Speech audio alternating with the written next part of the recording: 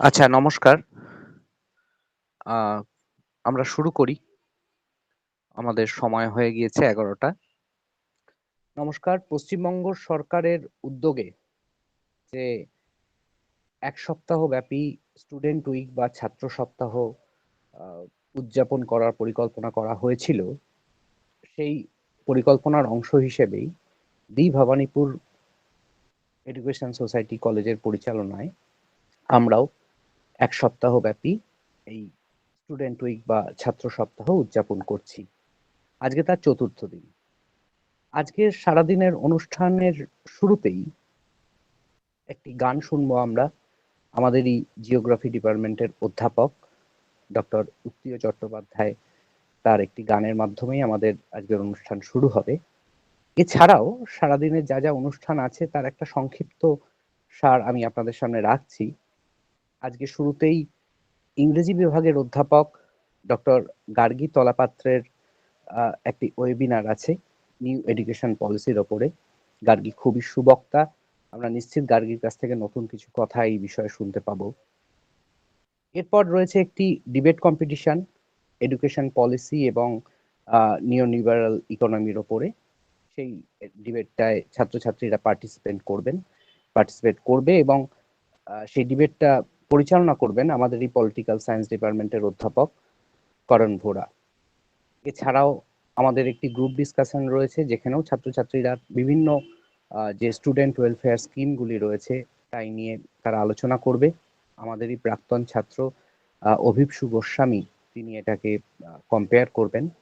তাছাড়াও বিভিন্ন ছাত্রছাত্রীরা আজকে সারাদিনে dance, recitation, vocal and instrumentation, concert, photographic competition, তাতে তারা পার্টিসিপেট করবেন।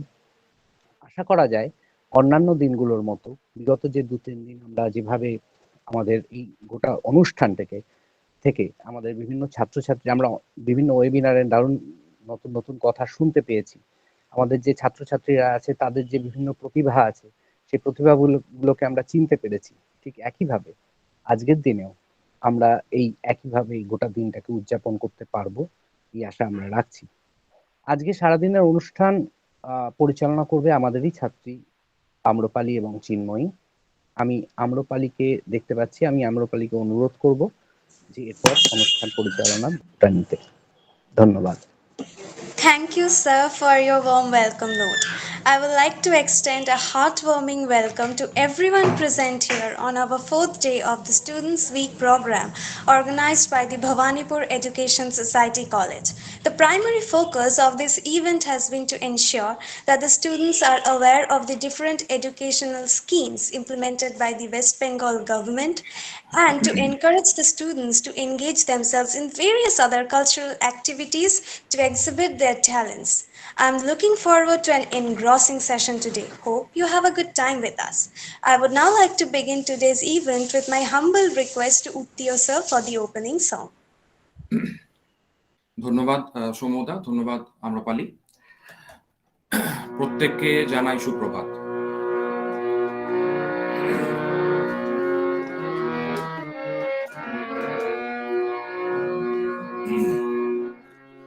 তাই তোমার আনন্দ আমার পার, তুমি তাই এসেছ নিচে আমায় নইলে ত্রিভুবনেশ্বর,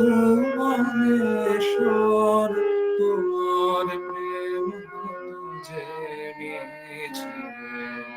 তাই তোমার আনন্দ আমার পর, তুমি তাই এসেছ নিচে।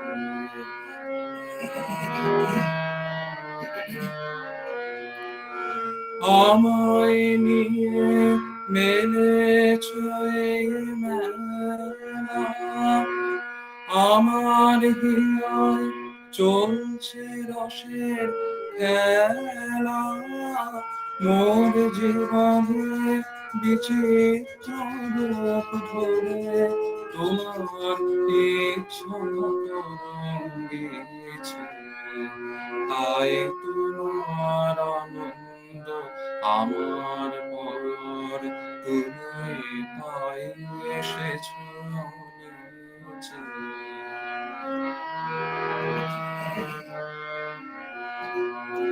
তাই তো তুমি রাজার রাজা হয়ে তবু আমার হৃদয় লাগে। ফিরছ কত মনোহরণ বেশে প্রভু, নিত্য আছো জাগে। তাই তো তুমি রাজার রাজা হয়ে তবু আমার হৃদয় লাগে। ফিরছ কত মনোহরণ বেশে প্রভু, নিত্য আছো জাগে। তাই তো প্রভু যেথায় এলো নেমে, তোমারি প্রেম ভক্ত প্রাণের প্রেমে। তাই তো প্রভু যেথায় এলো নেমে, তোমারি প্রেম ভক্ত প্রাণের প্রেমে। মূর্তি তোমার যুগল সম্মিলনে সেথায় পূর্ণ প্রকাশিছে। তাই তোমার আনন্দ আমার পর, তুমি তাই এসেছ নিচে। আমায় নইলে ত্রিভুবনেশ্বর, তোমার প্রেম হতো যে মিছে। তাই তোমার আনন্দ আমার পর।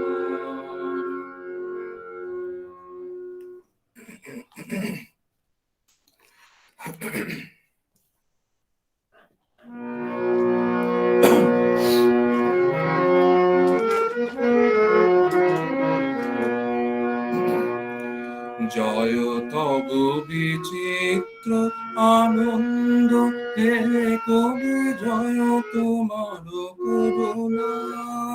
জয় তব ভীষণ সব কলুষ নাশন রুদ্রতা। জয় অমৃত তব, জয় মৃত্যু তব, জয় শোক তব, জয় সান্ত্বনা। জয় তব বিচিত্র আনন্দ হে কবি, জয় তোমার করুণা।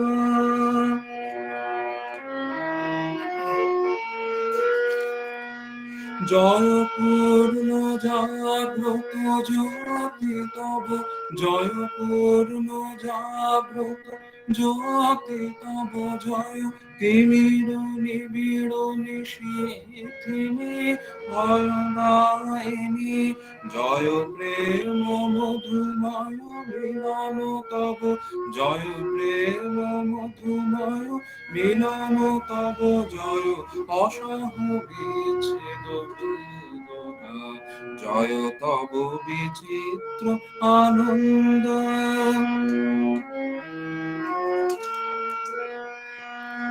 জয় তব বিচিত্র আনন্দ হে কবি, জয় তোমার করুণা। জয় তব ভীষণ সব কলুষ নাশন রুদ্রতা।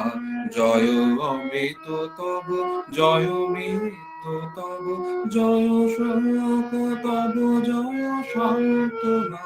জয় তব বিচিত্র আনন্দ।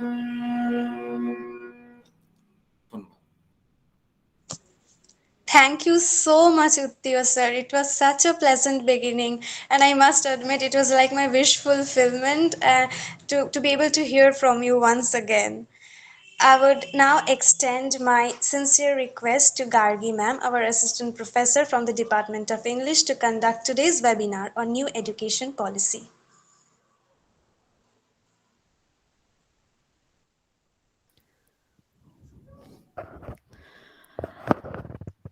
Thank you, Amrapali.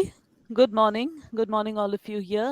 And At the onset, thank you, Milady, for having me here. And thank you, Shomo, for that very warm welcome right at the beginning and the wonderful opening songs. Thank you, Uttio. So, when Milady actually asked me to speak for today's session, I was scratching my head as to what am I supposed to talk about here, the new education policy when it comes to the students. But it always leads to a better introspective stance when we are looking back at things and reviewing them from a certain perspective. And the case was no different with the presentation today. So without further ado, I will share my screen. Amrapali, I will need your help out here. I'll share my screen. Please let me know if this is visible. Okay, ma'am. Yeah. It's yet not visible. Just give me a minute. Sure.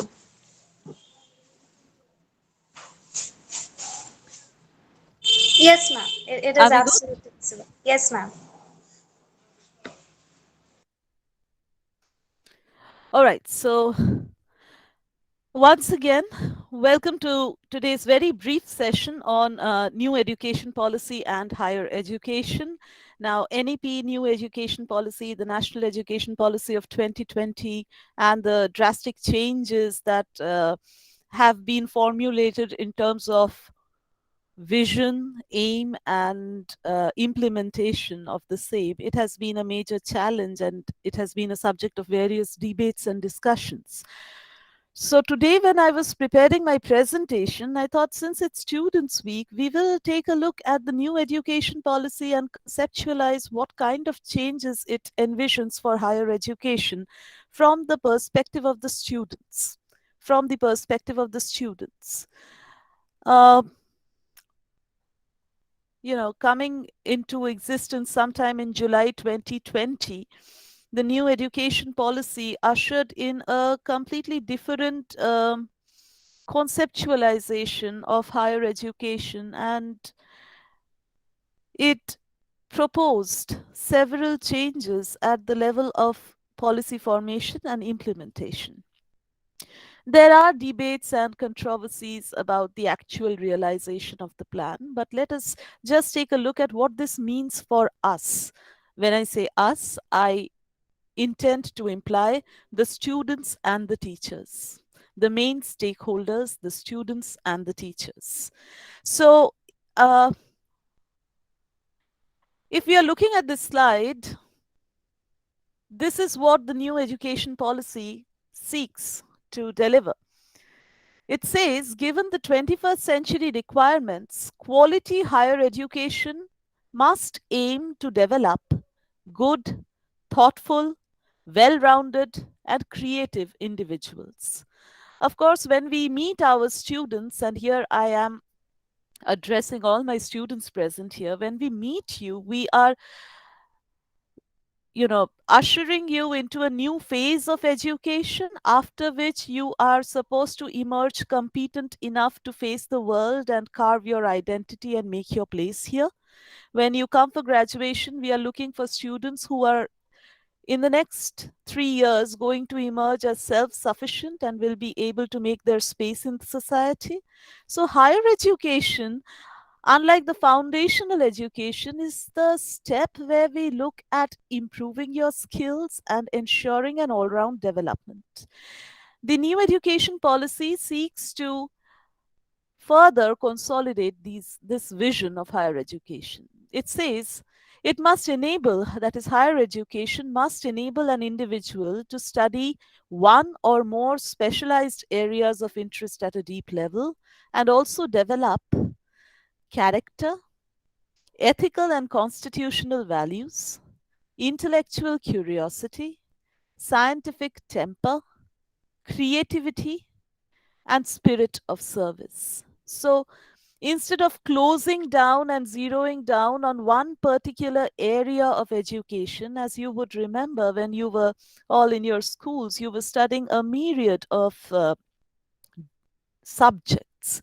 And as you grew, as you crossed one step to another, you the subjects were unfolding in a different way, and several of you might have made your choices at the +2 level. So the NEP is directed at acquiring specialized knowledge in certain areas and develop character, which is integral to one's individual development, ethical and constitutional values, which seek to make one a responsible citizen, intellectual curiosity, that is the prime quality of a learner, not to be satisfied only with the syllabus based curriculum, scientific temper, the ability to rationalize and frame logical argument, creativity, that is to go beyond the prescribed norms and to think of innovations, to be able to creatively conceptualize the subject, and the spirit of service. Now, this is a different area, and we are going to come back to it at the end of the presentation. But the spirit of service as to what I am returning to the society and not just merely what I'm taking from there. So, ideally speaking, higher education, it should liberate an individual from narrowing concerns and unidirectional interests confined to one particular subject. It was actually, as far as I remember, probably it was Sarvapalli Radhakrishnan who had said that it is a paradox, that higher education is supposed to liberate. We are supposed to think beyond subjects. And yet, when we come to higher education, our thoughts, they become so subject specific. So, yet the paradox of higher education in our country has been such that it marks certain subject specific priorities for students, and it therefore limits the scope and expanse of education. If I were to put it in simple words which we could both fathom from our daily experience, the very idea of having your entire concentration and entire curiosity based around the one subject which you call your honors subject. Now, this is a unidirectional frame of learning, right? Because the initial system before the CBCS happened, the choice based credit system happened, which was, of course, which envisions this plan of the NEP, as you will see. When you had this old syllabus and the initial system of education, higher education, where you opted for honors and you called a couple of other subjects as your general subjects or past subjects, the tendency has always been to put your thrust upon the honors subject. But that, you see, is actually limiting the possibilities of learning. Limiting the possibilities of learning. Now, if we look at the next point on the slide, with its emphasis on the holistic development of the students, that is an all-round development of the students, the NEP focuses on qualitative and quantitative changes in the existing structure of pedagogy and curriculum in order to encourage multidisciplinary pursuit of knowledge.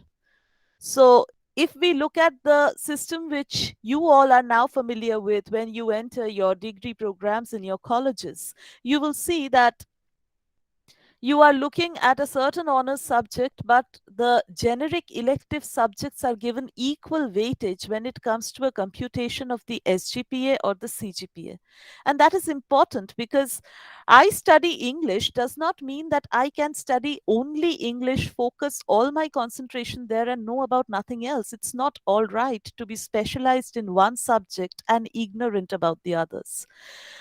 Higher education is essentially multidisciplinary. It is supposed to be a confluence of different kinds of knowledge. So, all this forms your foundational knowledge as you step out to face the world. And hence, the CBCS system, it provides you choices of subject combinations where you can study and get to know and learn more about the subjects which you find interesting, which are going to assist you in your future, which are going to, assist you in your future may also sound a very idealistic term, but you will see that this future becomes the present just 2 years down the lane. Right. So the holistic development of the student is the primary objective.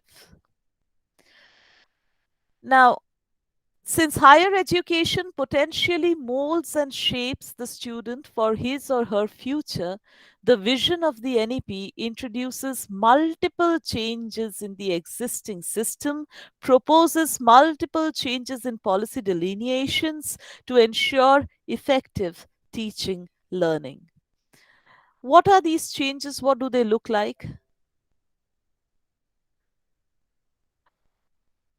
We are looking at the fourth slide. The choice-based credit system of learning was designed to be one such move in the direction of qualitative improvement of education. Theoretically, at least, the choice-based credit system, CBCS, provides you with an opportunity to explore the subjects of your own interest. I mean, when it was introduced, I am talking to you from the teacher's perspective now. My own reaction was, what does a student get to learn if I am studying 2 semesters of this, 2 semesters of that? But you see, the vision is to formulate a syllabus which is going to give me an idea of maybe English, history, as well as Bengali, not leaving out either, because it is these combinations, they are not just subject combinations that I need for writing my exams. They form my educational foundation, my knowledge base for going out and stepping out into the world. So the CBCS system of learning was designed to be one such move in the direction of quality improvement of education. Instead of a defined honors subject and a choice of two general subjects as combination, CBCS aimed at expanding the scope of curricular choices available to the students.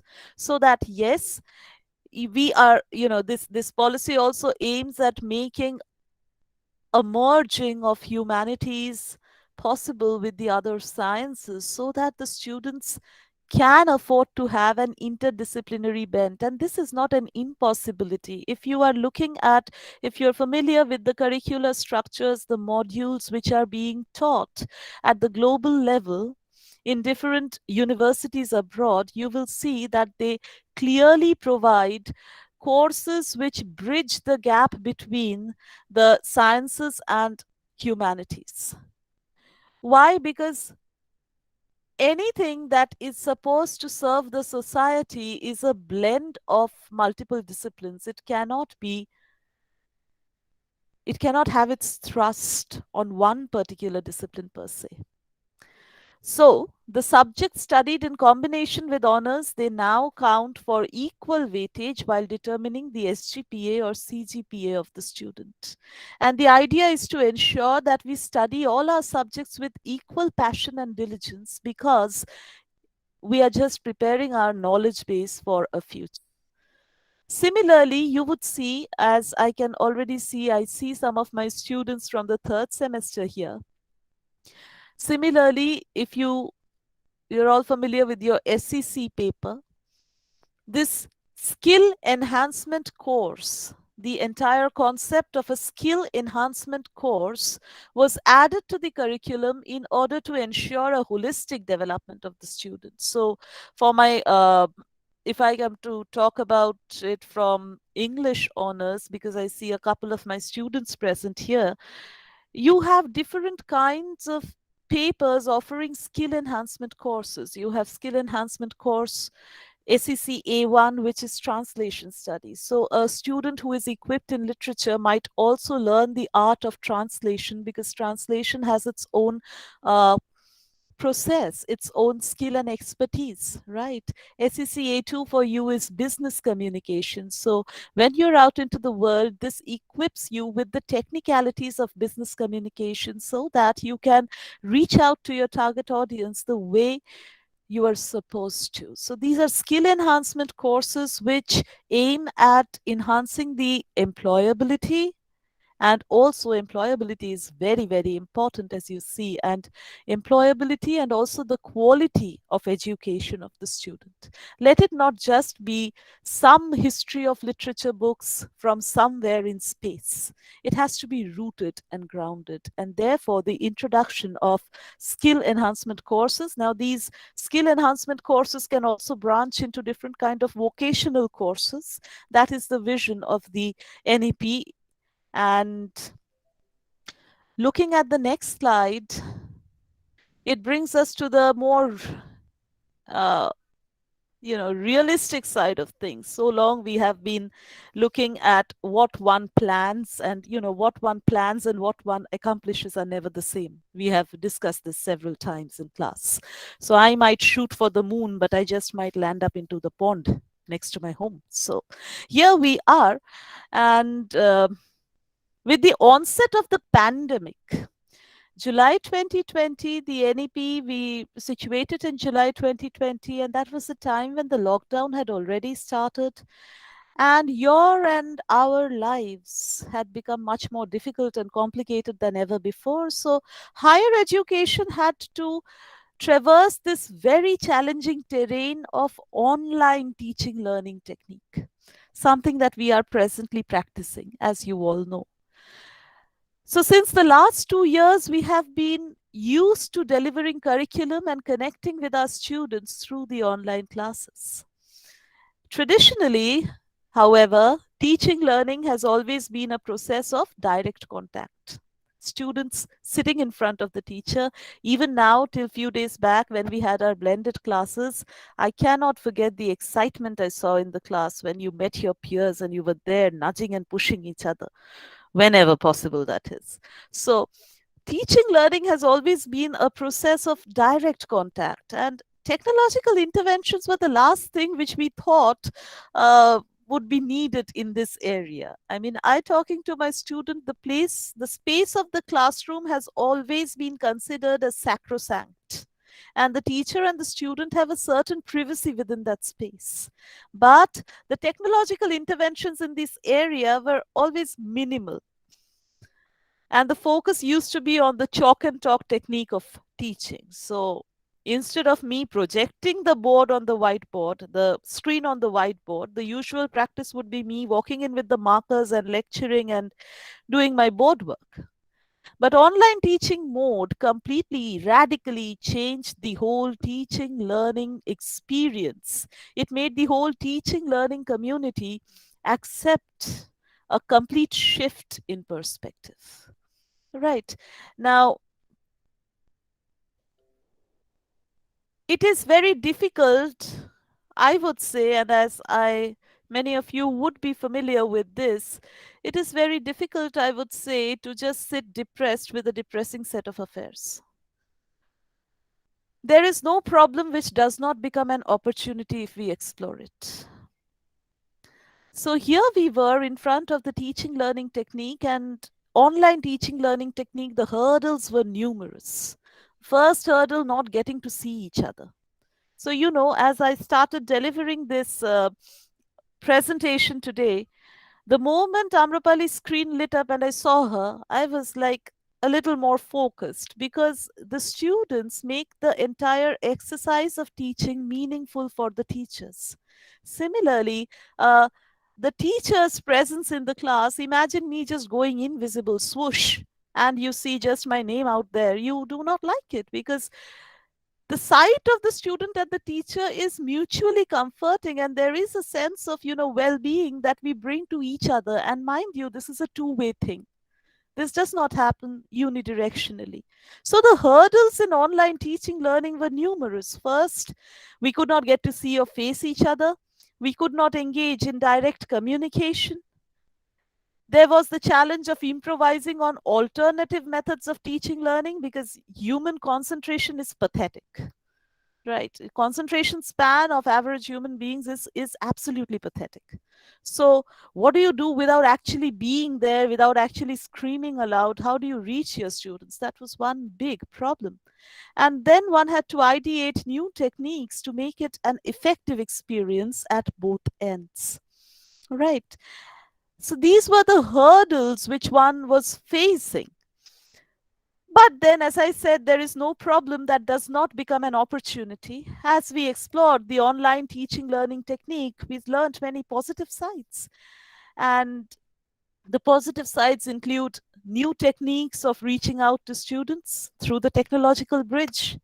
So yes, I might have my class from 11:15 to 12:15, but if I remember something at 12:20, I can always post it on the classroom. And I can depend on you. I can depend on you. Alternative resources of learning such as UGC ePathshala. It is an initiative of the MHRD to reach all the students across India. Now, UGC ePathshala is something my students here would be familiar with. It's an initiative of the MHRD, and you just Google in UGC ePathshala and you find different modules on different areas. If you're talking about English literature, everything from history of English literature to the postmodernist era, you will find different discussions out here. And every module is accompanied by a set of short questions and long questions. So you can take a look at what kind of questions one can frame from there. You can use it as a instrument of self exercise, right? So these are resources that we did not really explore, but online teaching has brought us to a phase where we have also located our opportunities. We have explored innovative techniques of curriculum delivery. Presentations and slideshows replace the chalk and talk method. So I was just planning to talk about the NEP today, and then I reminded myself it's online. So last night, past midnight, I sat up and created this presentation for you. And it's a joy to see your smiling faces looking at the screen. Here we are, more frequent opportunities of assessment through interesting quizzes and audio-visual assignments. So yes, we talk about CIAs, continuous internal assessments. You have your components of the syllabus where you have your internal assessment, your tutorial, your theoretical papers. But the scope to assess you through fun quizzes. So one topic we complete, you read a comic? All right, let's have a quiz on Tintin in Tibet. And I can see Amrupali smiling at that. We've had it. So interesting quizzes, fun learning process, engaging audiovisual techniques. These are things, opportunities that we could explore through this process of online teaching learning. The technique to economize time on transportation, and that holds true globally. So webinars, as we are talking to each other today, I am here with a background of books. I can see T.S., I can see Karan out there, I can see Amrapali. We are all at different spaces, but it's a real experience that brings us together. And it is an, economization of time and space as well. So it's easy to talk about hardships, but it's very difficult to appreciate the opportunities latent in them.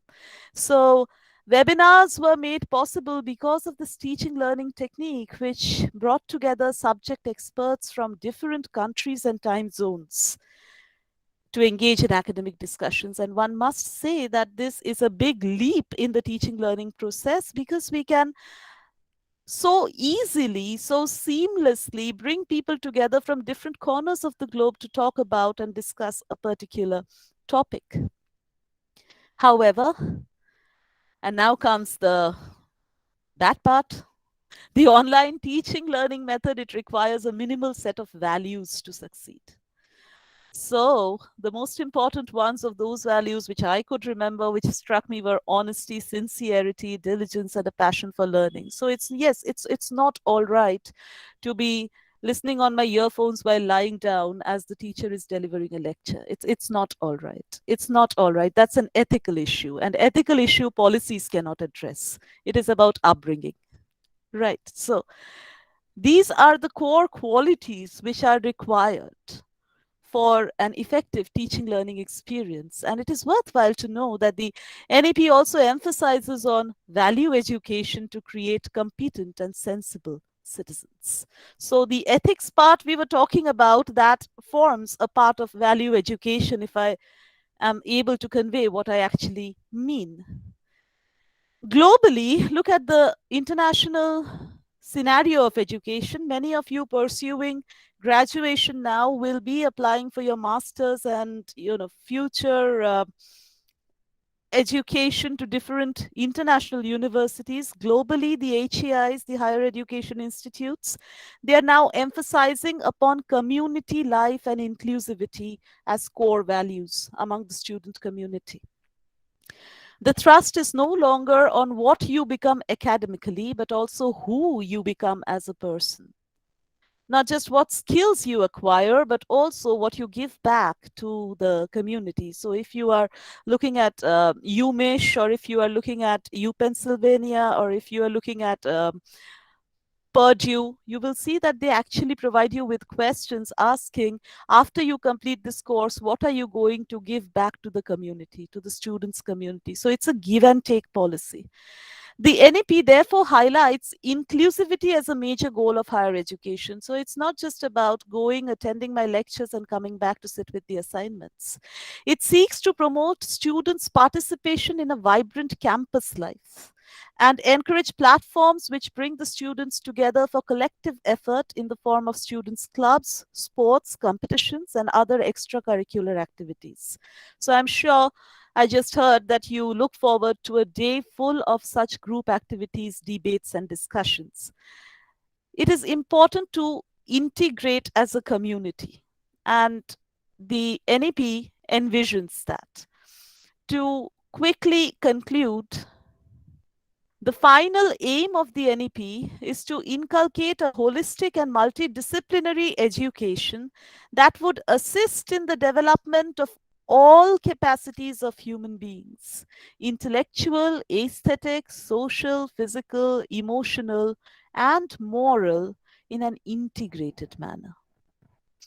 So, as we started with the vision of holistic development, through value education, through formulation of syllabi and curriculum, through delivery techniques, alternative delivery techniques during unprecedented times, the entire focus is on student-centric learning. You have an entire world of opportunities in front of you. It just takes a device to switch it on or to switch off from the entire world. But the choice is always yours. It is based on the student's choice. And now, if I may please come to the most important slide of the presentation. Thank you. Thanks to you, ma'am. Though it will be a very puny term, like the webinar has been so interesting and informative at the same time. Um, Although I would like to ask you a question, ma'am. It is not related to the webinar, though. Uh, Right. uh, like lately, while trying to get accustomed to this new mode of learning and all, I've often felt that it's mostly about chasing after grades and standing and to be able to stand out in a cutthroat competition. But then I would like to ask you, how would you feel if you get a chance to conduct a class under open sky amidst nature? Like, how would you feel if you ever get this chance? Amrapali, the way things are going, this conducting a class under the open sky amidst nature, this would have been a dream come true, but now it is absolutely something unthinkable because there is such a tremendous fear on all sides, and Deepika has already responded. I would love to have a class of that sort. It has Exactly. been a dream, absolutely. But on the other side of things, what I'm trying to say is also that things are bleak. It's not okay to be sitting at two different places talking about the same subject. It's seriously not okay. It's psychologically devastating. But at the same time, these little sparks on the screen, I keep on telling your class that every time somebody switches on a camera and I can see you, it's like a star lighting up on my black screen. So this is how we make it meaningful for each other, and students and teachers come together to make the entire exercise meaningful. Thank you, ma'am. Thank you so much. Thank you. Uh, Moving on, I would earnestly request Karan sir to our CWTT from Department of Political Science to conduct today's debate, the topic for which is education system and the neoliberal economy. My best wishes to our participants, Bishwarup Chatterjee and Anupurba Mukherjee from the Department of English, Semester 3, Niladri Odhikari, Semester 3 from the Department of History, Shrishti Gupta from the Department of Political Science, Semester 3, and Ranjan Kumar Das from BCom, Semester 3.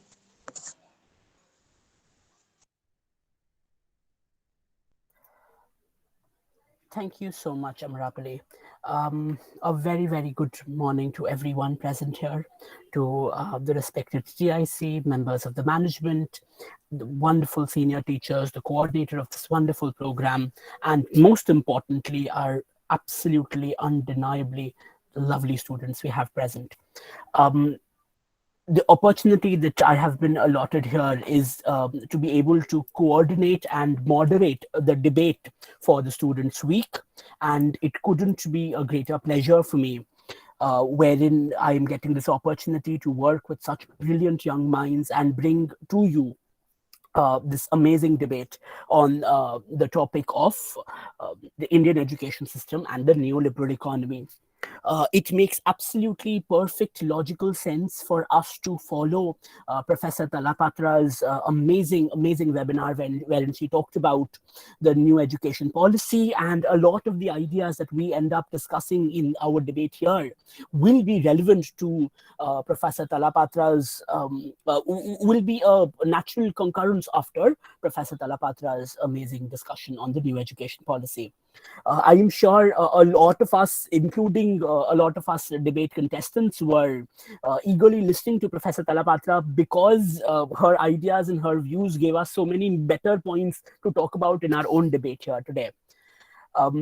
Continuing with the motion, our motion for today is Indian education system needs to be revamped to cater to our neoliberal economy. What we are trying to do here today is we will essentially have an Oxford-style debate. An Oxford-style debate will basically be, we have two sides. One is for the motion and one is against the motion. Individual speakers from both sides will come and present their opinions, their views in front of the House, after which we will have some small discussion wherein the participants to each other, the moderator, as well as the audience can ask questions to either side based on the speeches that have actually been spoken, based on the points that have been raised by the students, after which we will have a very small concluding statement from one person of either side. I hope I'm absolutely clear without wasting much time, because the new education, our education system and the neoliberal economy are things that all of us have very strong opinions on. I would rather leave it to our wonderful students to present to us their views. At the outset, may I please call upon the first speaker from the for the motion side, Ranjan Kumar Das. Ranjan, you have the floor.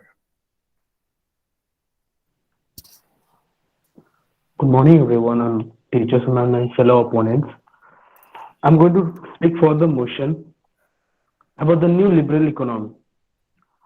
My topic will be, I'm going to talk about the brain drain first of all.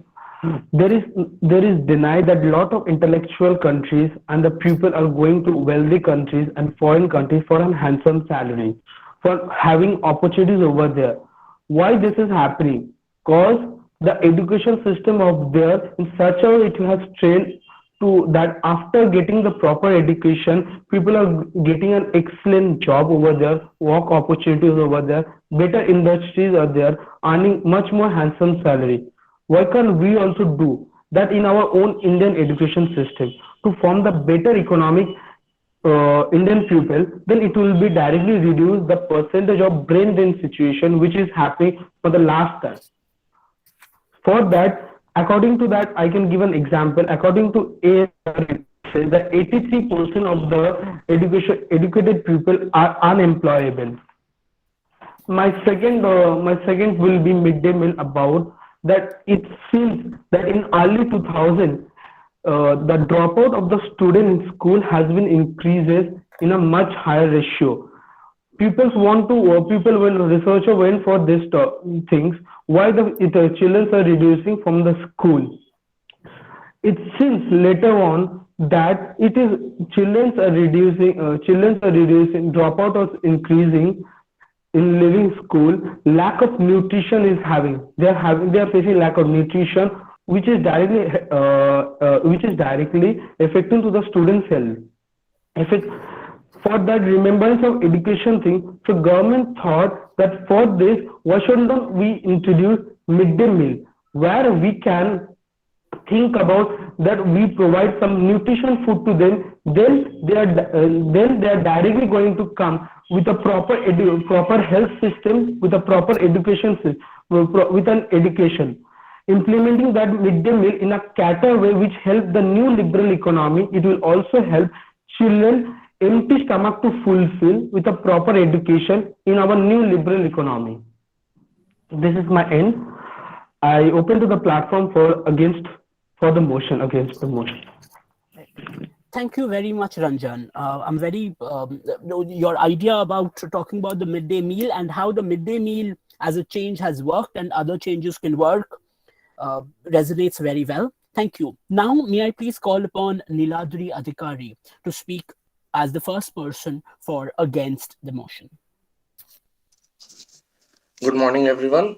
My coordinator, the audience, and my opponent. My learned friend gave a good definition of what actually going on, but he misses out certain economic realities, and that I will be focusing on. To start with, मंदिर और मस्जिद में बांट दिया भगवानों को, धरती बाटी, सागर बाटा, मत बांटो इंसानों को. Education is a fundamental right assured by the constitution of the state through its public sectors, and keeping in mind the question of national building, business and profit margin in the hands of a few bourgeoisie has to be strictly avoided.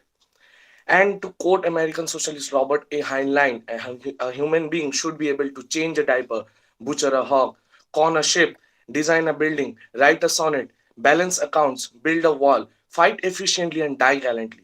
Specialization is for insects. The neoliberalization, as done on the other sectors of the capitalist system, maintain its duality, like a queen bee and the majority of a labor bee. The one who actually have no contribution in the production process will end up having opportunities in all the high sectors of administration and industry, and others being only laborers crowding the labor market. You talked about neoliberalization of education, but we all know that considering the cost that privatization will increase in the education structure, it will not do any it will not solve the problem, but only put away the students from the education campuses. Further, the universal system, vocational training and focus on skill specialization, as it talks about, is an utility to sustain the labor market for elite corporate sectors. The question lies on our part whether we want to go back to the colonial past, where India was only being a mere colonial labor market for the first world countries, or we want to focus on the question of nation building with our own intelligentsia. This is the same question for Gandhi when he called out for the student strike during the civil disobedience movement of 1930, because the British education system was not serving the question of India's nation building, but only serving as a sustainability to the global market. Secondly, the alterations of certain historic facts like Oxford or Harvard will obviously not teach in the horrors of colonial past inflicted upon us, and they don't even know Dadabhai Naroji, who gave us the drain theory of wealth from colonies like India. Neoliberalization is the outlook of history, often talking about inclusiveness, ends up creating polarized communal divisions which go in hand with certain fundamental ideas. Thus, the question of India, its development in the socio-economic field has to be carried out keeping aware mind of our history, our economy, and not in terms dictated by vested bourgeois interests for availability of labor market.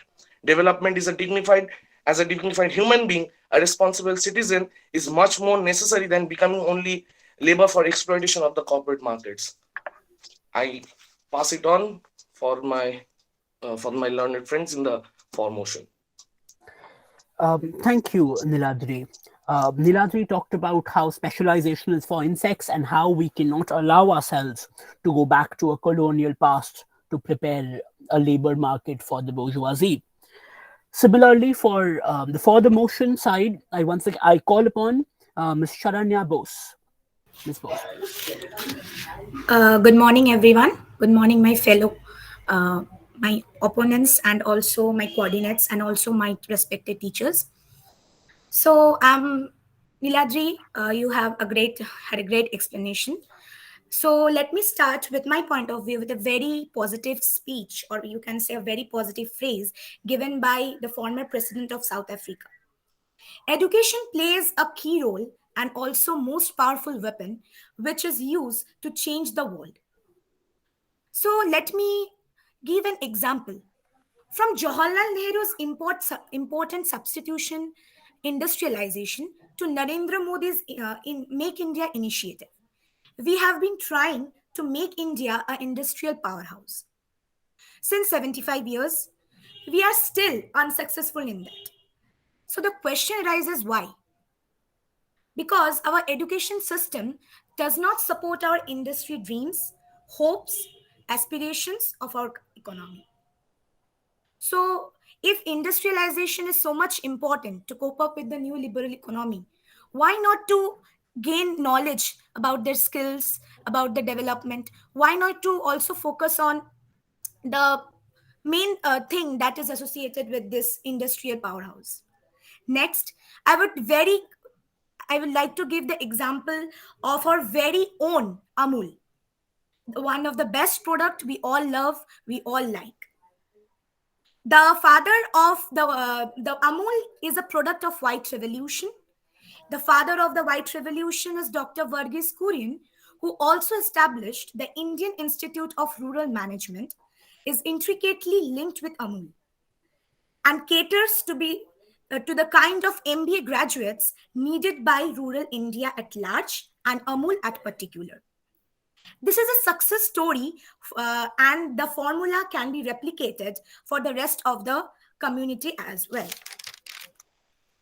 So, if we formulate the ideas of what Amul did, all the person from weaker to higher categories will get the equal opportunities, and all their skills and ideas will be equally appreciated. Just like Amul, the farmers get the profit for their equal efforts, and they get equal respect and advantages from their own company Amul. So I would like to say this can be implicated in our society to cope up with the new liberal economy. That's all. The stage is open for my friend. Thank you. Thank you, Sharanya. Sharanya discussed the advantages of having an industry linkage in a similar way that Amul has with the Indian Institute of Rural Management. Moving on to the against side again, may I please invite Mr. Vishwarup Chattopadhyay to please present his points. Am I audible? Yes, please, go ahead. Thank you, moderator. Sir, good morning, everyone. So the proposition very vehemently stands for revamping the education system to cater to a neoliberal economy. Well, I choose to disagree. Let's look at a situation with an example. A child is sent outside India since the very beginning of his life to a premier institution. He completes his higher education from the same and ultimately grows to become a capitalist. One day, he hears that the Indian education system has been handed over to the free market. He sees profit margins and he rushes in to capitalize. He knows nothing about India. Can the proposition ensure the fact that the future of this nation will be safe in the hands of people who have no idea about the culture, the ethos, and the dynamics of our nation? Can the proposition ensure that the welfare of students will not take a backseat to cater to profit maximizations by crony capitalists? Believe me, this has happened before. We call it the Radcliffe line. When a certain Radcliffe came and drew a line on the map without knowing anything about the country, the consequence of which we are facing still today. Friends, education is a gift which should be accessible to anyone and everyone, not a select few. And I'm afraid putting education only into the hands of a select few is what a neoliberal system ultimately ensures, because the cost of such a system cannot be taken up by a lot of people. Today, our education system's efficiency is under question. The same education system which has enabled me to sit before you and speak, the same education system which has made India one of the leading forces at the international forum, the same system which has shaped all of our lives till now. My dear proposition, Dr. Kalam transported a rocket on a cycle. So please do not say that our education system is inefficient. Education is a tool used to make one a better person, not to make one the puppet of a corporate system. My education system has made me a better person. Today, you speak of the excellence of Harvard, Oxford, etc., etc., and how you want to pursue studies there. The Indian education system has made you able and eligible enough to think about Harvards and Oxfords in the first place. So please tell me, where did the Indian education system go wrong? I stand for affirmative action. I stand for equality and equal opportunities for anyone from any walk of life. I stand for protection of the young from the trap of neoliberalism. I stand for India. Who do you stand for? Thank you. Thank you, Bishwaroop. A very moving speech in terms of what we should and what we should not stand for in terms of our morals, and particularly a beautiful image that he created with his words, with Dr. Kalam helping transport ISRO's rocket on the backs of a cycle. For the motion, may I now please invite Shrishti Gupta to present her speech. A very good morning to everyone present here. This is Shrishti, and I'm obliged to be the part of such a healthy debate. Here I am to speak for the motion.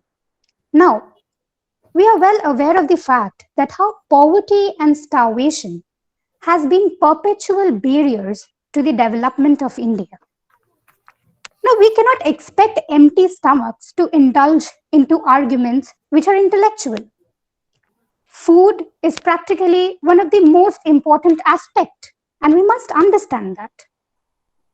So here is where eradication of poverty becomes a necessity. And to eradicate poverty, we require the means of education. Hence, education must be modified. It must be redefined in order to cater to the neoliberal economy. The debate is focused upon neoliberal economy. Why are we so obsessed, or why are we so concerned about the neoliberal economy? Now, it is well evident that the neoliberal economy has emerged out to be the success. Like, there are many countries who have been liberated from the braces of social issues like poverty, inequalities, and have emerged successful, elevated their position in the world economy. So why don't we find this opportunity, a similar opportunity for our country as well? We must mold our education system in a way that it brings, that it involves training people, or training that motivates, it encourages students to work into fields that are regulated by neoliberal policies. Now, secondly, we should always also focus upon self-sufficiency. We must understand that real empowerment lies in self-sufficiency. When you combat your hurdles yourself, you stand out by yourself, it is then when you are empowered. Thus, the government schemes, the funds, the donations, they don't serve the purpose, they don't sustain us, because they are temporary support. We must learn to sustain ourselves. There's a very profound, a very famous kind of a proverb, often used, you must have heard about it.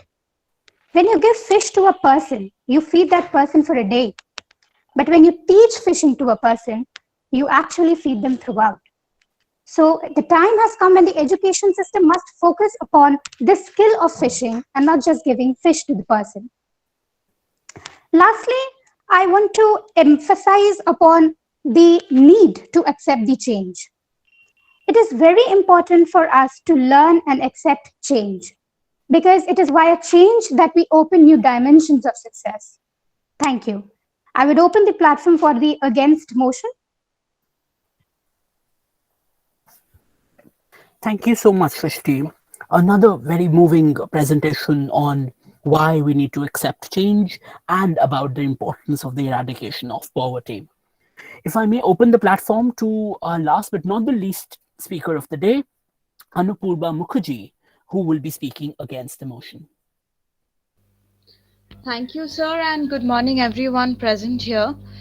I would love to start with my speech which speaks of some ground reality. Privatization of education is a natural outcome in the neoliberal trajectory, which comes into direct conflict with welfare policies. In a neoliberal state, education is a commodity to be sold and purchased in the market like any other good. In particular, markets are often constructed favorably against command economics where both prices and quantities are controlled by the state. A purely free market would require autonomous institutions with no regulation on market entry. There would be no regulatory limit on tuition fees, and the cost of fees would be met by the users. The users would also decide what, where, and how to study. Consumer surplus due to reduction in cost remains elusive in higher education. However, government funding is reduced and students are required to bridge the funding gap through free hike. On the demand side, students are also constrained in their choices within the free market by their background and social capital, as well as, more importantly, through their academic credentials. Education is an excludable good. Student numbers can be limited by academic selection criteria and tuition fees. On the supply side, universities are constrained by the intervention of high political legislation and party politics. Despite the rhetoric, the market is higher education is still far from free. In the 20th century, neoliberal political apparatus transformed or rather sublimated the value of education to install a new sense of rationality. That very moment, postmodern condition appeared as a post-truth epoch where everybody is answering without having any authentic question. Classical liberalism had at least the privilege to ponder upon the question, but neoliberal paradigm erased every single identity of sanity and insanity, justice and injustice, reason and passion. Education in this paradigm is Foucauldian in many ways, which has a deep sense of love for certificatory sovereignty. Quoting Plato, the direction in which education starts a man will determine his future life, and I hereafter stand here and speak on this debate for the old Indian education system.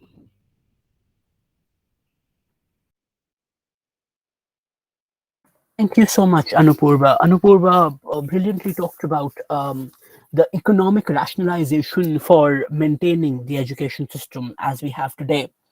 And this gives me an opportunity to open the floor to the entire house. If anybody has any questions they feel can be asked to any of our participants based on any of the speeches that they have given. I'll come back to the participants asking each other questions after we've talked to the audience. We'd rather have the audience have a more participative role if it's possible. Anybody from the audience would like to volunteer to ask our wonderful presenters any questions?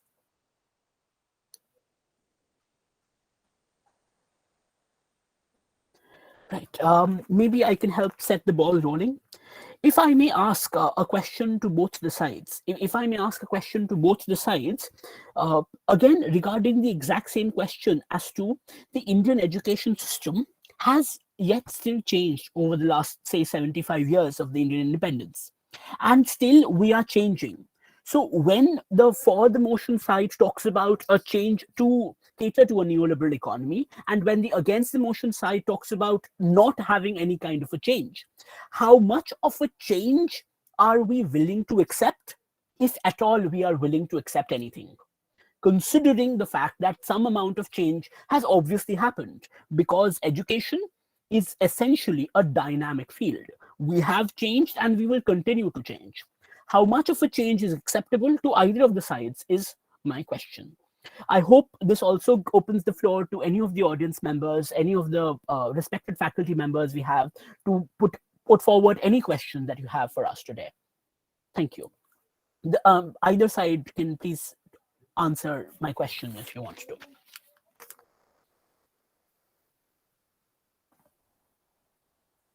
Anyone, if they are wishing to volunteer?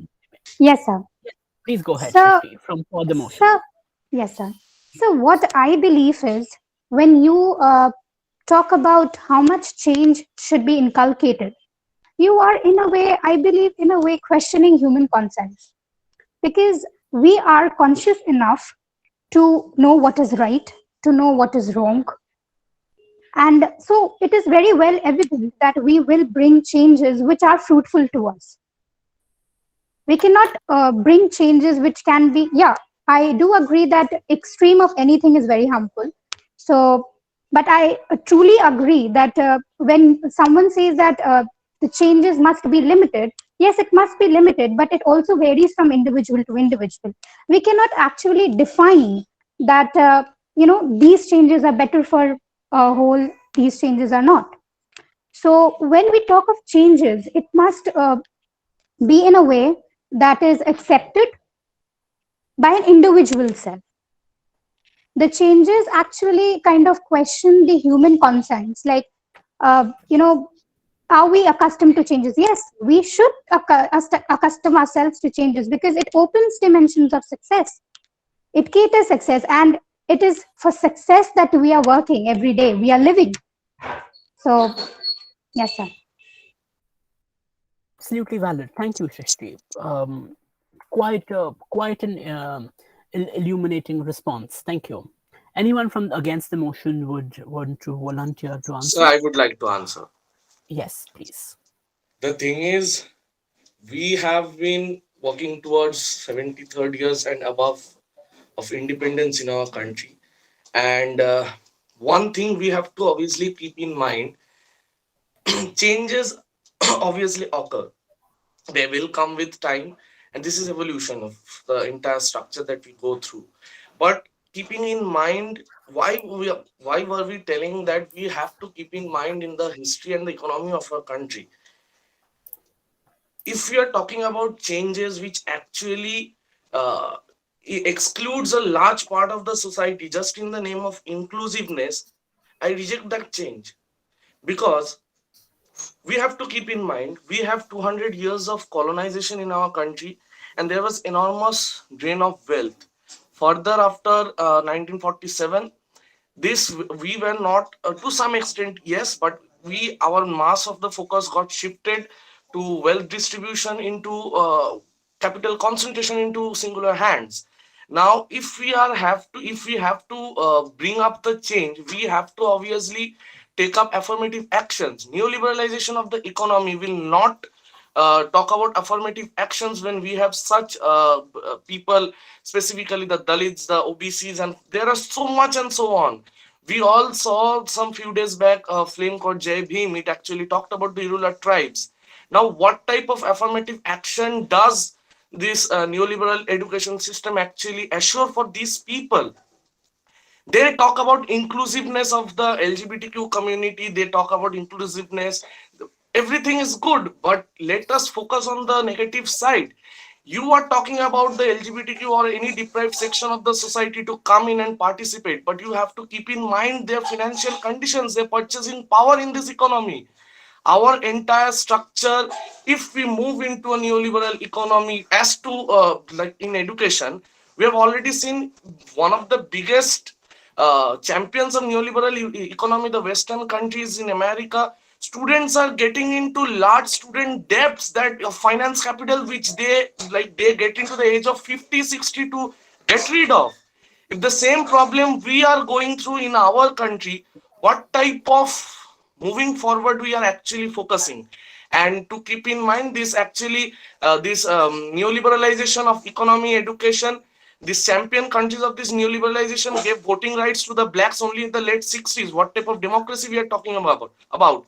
If we have to move together, if we have to move on, we have If to I focus on if I may bring back the focus to inclusiveness. how much change would you be willing to accept? That is what I wanted to answer. I Sir, wanted you if to answer. if change is based on a handful, we reject that change. Until and unless that change includes every section of the society, everyone, that change cannot be accepted. Valid. That's what the crux of my question is. How much change are we willing to accept, if we are at all willing to accept any change? If I may open the floor to any of the audience members or any of our beloved faculty members to please question or put forward a point or a comment or observation, please, I would request anyone to please do so.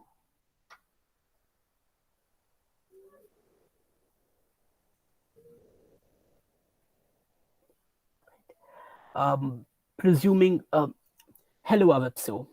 Yes, please go ahead. Avipsu, we'd also like to see you if it's possible. Please go ahead Yes. with your question. Yeah, the concept of the neoliberal economy in the other countries is very predominant. And as we suppose and we say that the brain drain which happens from India to other countries are one of the reasons that students grow from these countries to other countries for their educational needs. That happens because of the infrastructure which they have developed, uh, which they have enacted through their system. And if we talk on the preset of how they have constituted that form and that phase, that would have been possible with a proper growth of the overall educational system. But if we say that how it needs to be revamped, it needs to be revamped to the current national educational policy of 2020. If you see through the policy of what it states, that coding should be enabled from the age of when they reach to class 6 or class 7. It also states that the the traditional method of education, which states that education should be liberalized when they get after the standard of class 9 so that they can choose the competitive field and subject. So this is future. We at times we try to impersonate what is happening in West. We try to impersonate what is happening in West. Students go from these places to other places for their better education, and that is a reality. That is a basic reality that in time to come the change will happen. With the change that will happen, the liberalization of education and its investment will increase, and that is something in near future which we cannot avoid. Being an educational system which tries to develop and grow digitally, even when the system comes in the current scenario when it's almost impossible to interact through the physical forms. As we also know, we have to focus on the parts where education will no longer be a commodity, but will be a better means to provide jobs and at the same time give financial benefits, because the loans and the debts can be covered up. As you grow, you get a job. The employment should be a basic statute of the pro forma which they are giving to us, and that should act as a better benefit for students, and that's why it is actually required. Thank you, Avipsu. Quite a passionate idea you spoke about in terms of why we might require to have a bunch of changes in our system, and it makes absolute sense to be able to do this because changes in the system, like you said, are required not just for the times that we live in, but specifically for the pandemic times that we're living in. Niladri, I understand you have a comment, but it's a little difficult if we go down to commenting on other people's comments, and I would like to maintain the sanctity of the idea that our audience members would and should preferably tell us their views, which is exactly why we're having this debate in the first place. So I would rather have any questions that any of the participants have for each other. Very brief questions should be limited to 15 seconds, direct pointed digital questions, preferably closed-ended questions, which we can answer from either side. Sir, may I? Yes, please go ahead. My question to the opponents is that do they think that for only the purpose of holding together the culture of India, we do not welcome changes? Is it like, welcoming changes is important in order to improve? Improvisation has always been something, that has elevated one's position. So, and also capitalism, my fellow opponents have always has pointed out the bad side of capitalism. Can they also look after the good points that the capitalism has brought to India? And thank you. We'll stick to the two questions that you asked for now. Yes. Anybody from the opposition would want to answer? Vishwaroop, Anuprabha, and Niladri. Sir, can I? Yes, please go ahead. So the basic thing is not only for the prevention of the culture that we are talking about, it's also based on, see, the entire economic concept we have to keep in mind when we are talking about changes. When we have such a large population in our country and only skill specialization going on through verbal and vocal trainings, it will do nothing but only increase the crowd in global labor market. And we have to keep in mind that India as a nation, we have to focus in our own national developments. That has to be kept in mind. Secondly, the point that our the We entire keep our answers. neoliberalization of education. I'm sorry, Ladhi. We'll have to keep our answers short. Answer the Okay, sir. question on One a last digital point I level. would add it up. Capitalism has done so many good things. Yeah, every economic side has done so good things. But let's just focus on the COVID-19 pandemic. We are doing here online classes where a large part of the student society cannot afford it. They have been missing out classes for so long time, and the dropout rate, if we can just keep in focus, it's just getting high and high and high. So such an economic disparity country like India, where we have to focus on the economic aspects, if we just jump into uh, capitalist structure without posing any effort on the affirmative actions, we will launch ourselves into tragedy. Thank you. Right. Thank you very much. I would like to jump directly to the concluding remarks from both sides. For the concluding remarks from both sides, may I please invite Sharnya Bose to give the concluding remarks limited to 1 minute from the for the motion side. Thank you, sir. Sir, I would like to conclude behalf of my team. Sir, the fact that our education system needs to upgrade itself to cater the new age is something that is implied. Any moderately aware man or woman can make the distinction between innovative and repetitive, and the near millennium long traditional Indian education system somehow manages to give out the message of dynamism and variation. Being repetitive, the fact that the idea needs to be debated upon is the clear indication that didactism and dynamism do not mix. And I would like to give a short ending to all of our, to behalf of all my team, is that something that aims at removing poverty and elevates our economy must be welcomed. All the various ways of inculcating several skills, ideas in education system to cope up with the new liberal economy must be appreciated. As we all aware with the well-known phrase, Sa Vidya Ya Vimuktya, knowledge is that which liberates. Education is something that should be seen as liberal and not something that chains us to boundaries. Thank you. Thank you. Extremely passionate. Thank you. I'll come back to my concluding remarks later. If I may invite Neeladri for the concluding remarks for the against the motion side. Thank you, sir. I would start with the quote that the basic neoliberalization of our Indian education system is talking about Nishkaya Karma, which means you do on with your work, you don't expect your results. Following this phrase in this modern world, we will only end up getting exploited in the hand of the corporates if we don't think about what we actually deserve. The liberals will speak of democracy in general, whereas the question is, a Marxist will always ask for which class. It's high time for us to decide whether we should go for the necessities or we should only demand for the luxuries. রাষ্ট্রের দায়িত্ব তার নাগরিকের সামাজিক সুরক্ষা এবং শিক্ষার মতো মৌলিক অধিকারগুলিকে সুরক্ষিত করা। We all know শিক্ষার খরচা বেড়ে গেলে জওহরলাল নেহেরু বিশ্ববিদ্যালয়, দিল্লি বিশ্ববিদ্যালয়, this will be the one of the costliest universities in all over India, and we all know these universities have been giving opportunities to the deprived through affirmative actions. ছাত্র সমাজের শিক্ষার অধিকার রাষ্ট্রীয় পরিকল্পনা দ্বারা সুরক্ষিত করা এবং রাষ্ট্রীয় শিক্ষা সম্পদ ব্যক্তি মালিকানার হাতে তুলে না দিয়ে রাষ্ট্রীয় পরিকল্পনা দ্বারা ছাত্রদের অধিকারকে রক্ষা করা।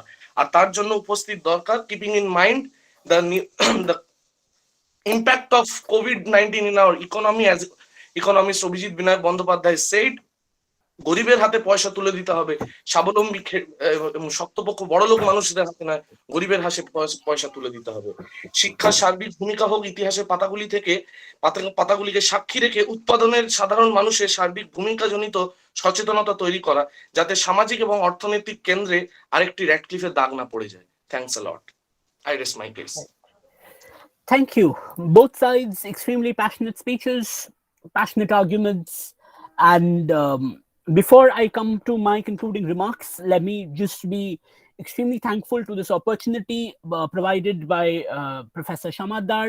the opportunity provided to us by the college, and a great opportunity provided to us by the government of West Bengal to be able to organize the Students' Week so as to help students, regardless of the mode online or offline, be able to discuss with students and to bring up this amazing platform where we can have a discussion. If I can take just one more minute and open the motion to the House based on the speeches that have been presented before you, does the House feel that the Indian education system needs to be changed to cater to a neoliberal economy? If you feel that yes, you are for the motion, may I please ask everyone to raise their hands virtually, if possible.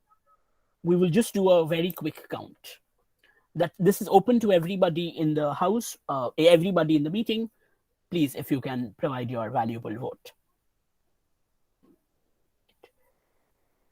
3. Are there any other people coming up? If you feel that the Indian education system needs to revamp itself to cater to a neoliberal economy, please raise your hands. Right? I will end it here. If I may, again, just for verification on the other side, request everyone to please lower your hands. And if you feel that Indian education system does not need to cater to a neoliberal economy, I would request everyone to please raise their hands. If you feel the Indian education system does not need to cater to a neoliberal economy, if everyone can please raise their hands. Right? I think with man's permission, the results are abundantly clear. The House very much opposes the motion that that the Indian education system needs to cater to a neoliberal economy. Thank you all very much for your lovely participation, for your wonderful ears, for your time, and for your patience to listen to us and to listen to our students presenting their views. Thank you very much. Over to you, Amra. Thank you very much, Thank you, Karan sir. sir. It Thank has you, been our everyone. absolute pleasure to have you here, and hats off to our participants Sharanya, Srishti, Ranjan, Anupurva, Niladri, and Vishwarup for engaging us into such an enriching and wonderful session. We would now begin with our cultural programs, and I would ask my co-host Chinmoy Roy to greet our participants for their dance performances with a hearty welcome. Thank you so much, Amrapali. Good afternoon, everyone. I hope that you all are having a great time. Let's get started with the first cultural program for the day, that is the dance competition by the students of our college. I would like to invite Samprita Dhar. Am I audible? Yes, you are. I would like to welcome Samprita Dhar to present her piece. Thank you.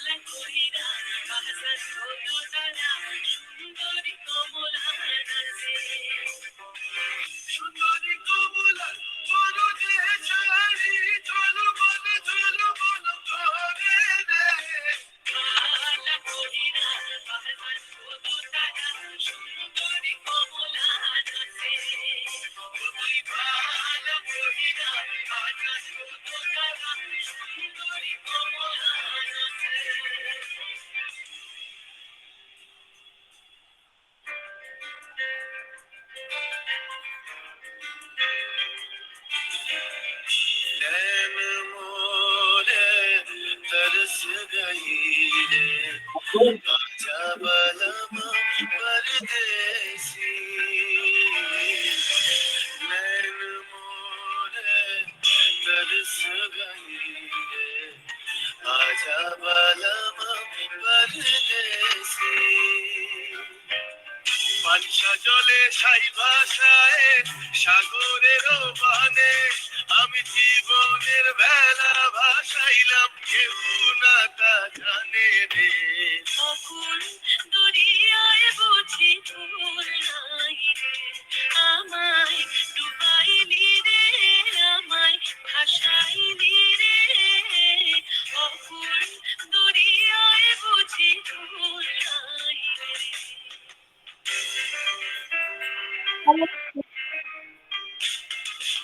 साजन मोरे घर आवे साजन मोरे घर आवे आत्मन सुख पावे आत्मन सुख पावे साजन मोरे घर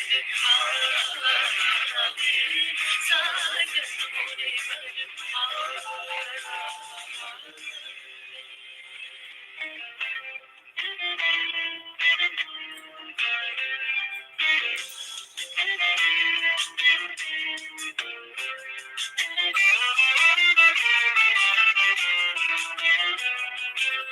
ভেঙে মোর ঘরের চাবি নিয়ে যাবি কে আমারে ভেঙে মোর ঘরের চাবি নিয়ে যাবি কে আমারে ও বন্ধু আমার না পেয়ে তোমার দেখা একা একা দিন যে আমার কাটে না রে ভেঙে মোর ঘরের চাবি নিয়ে যাবি কে আমারে ভেঙে মোর ঘরের চাবি নিয়ে যাবি কে আমারে জয় রাধার নামে পাগল হয়ে থাকবো মরবো না জয় রাধার নামে পাগল হয়ে থাকবো মরবো না নানা গান ছেড়ে দেব না তোমায় হৃদ মাঝারে রাখিব ছেড়ে দিব না তোমায় হৃদয় মাঝে রাখিব ছেড়ে দিব না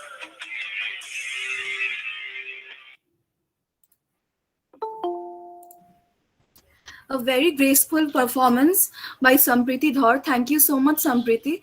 Now I would like to call upon Ayushi Bhattacharya from English Honours, 3rd Sem.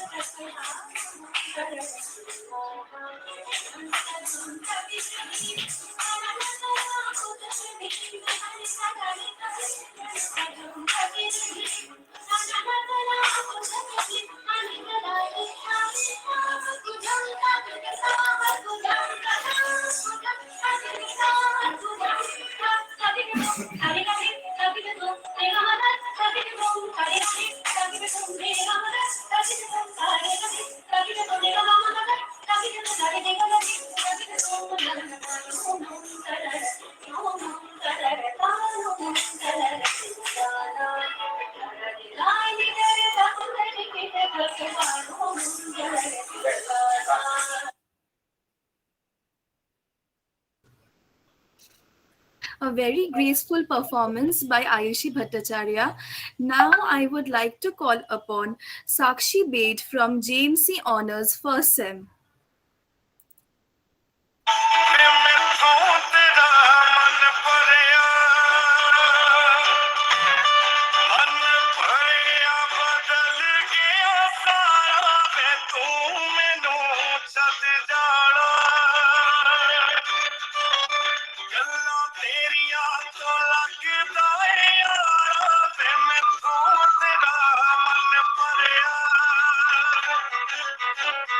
मन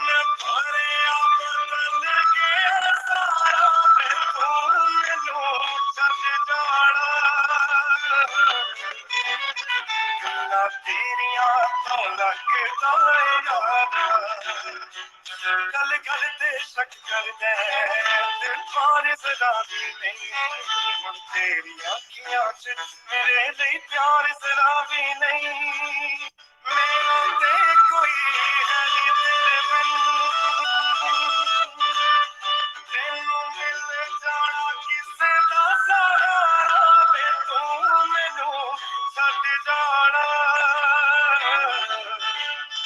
गल्लां तेरियां तो लगदा यारा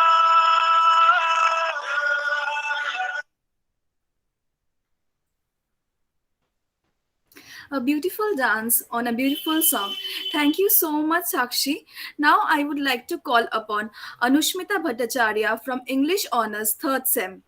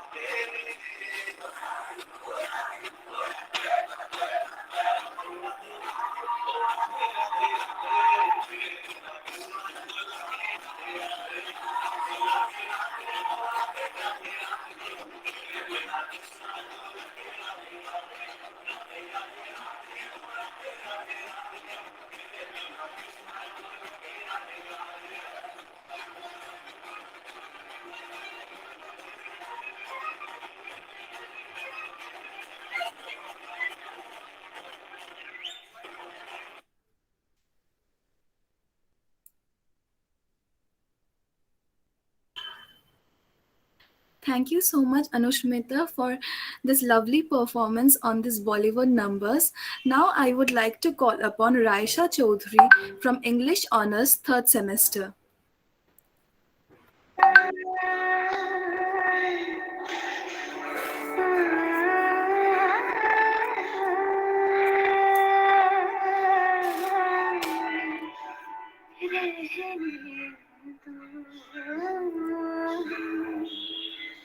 सिंगार कोरे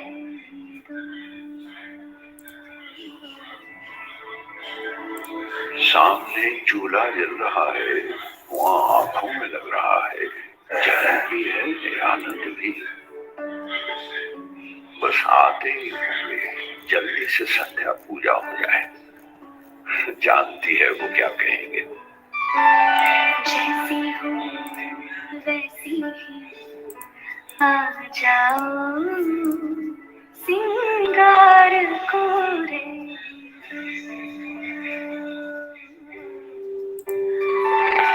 जैसी हूँ वैसी आ जाओ सिंगार को रहने दो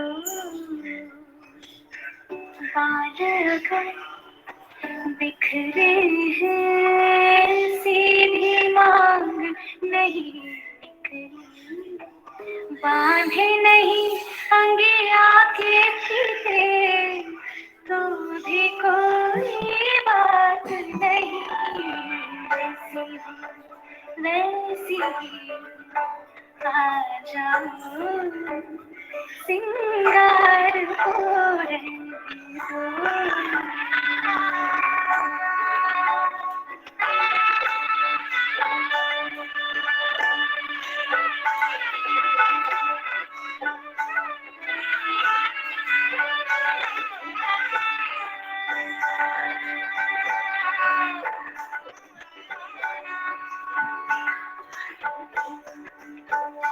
आकाश पे बादल उमड़ रहे हैं देखा क्या गोदी नदी किनारे से सब उड़ने लगे हैं देखा क्या बेकार जला कर रखा है सिंगार लिया बेकार जला कर रखा है सिंगार लिया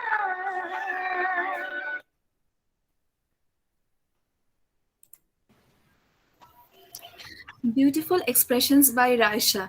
Thank you so much, Raisha, for this performance. Now I would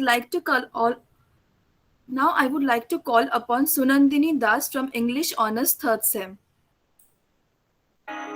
বহুদিন ভাব তরঙ্গে ভেসেছি কতই রঙে সুজনের সঙ্গে হবে দেখা শোনা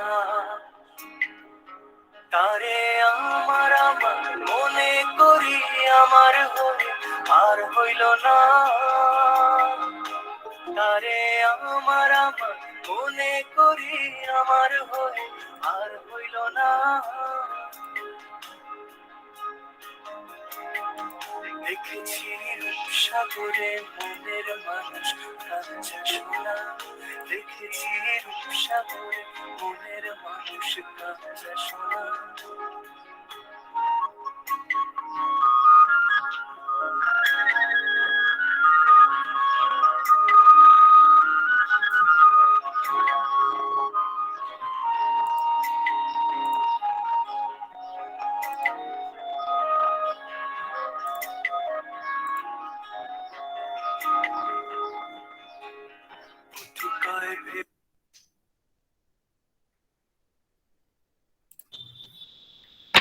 Thank you, Sunandini, for such a beautiful performance. Now I would like to call upon Isha Sengupta from English Honours Third Semester.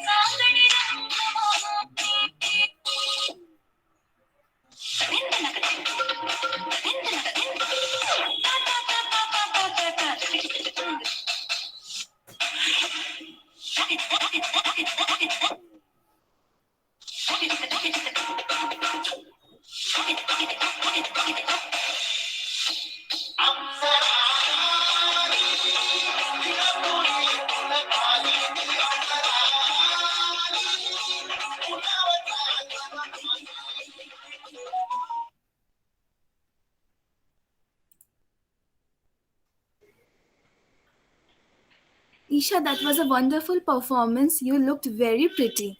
Thank you so much, Isha. Now I would like to welcome Antara Chakraborty from English Honours Third Semester.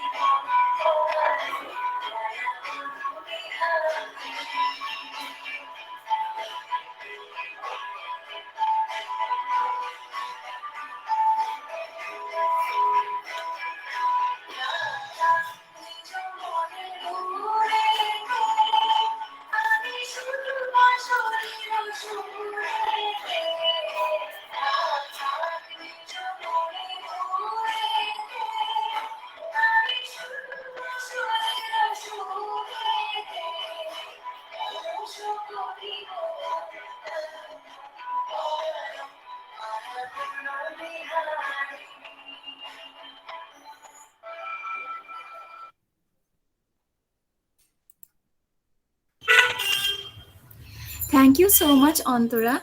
Now I would like to call upon my dear friend Anupurva Mukherjee to present her dance performance. She is from English Honours 3rd semester.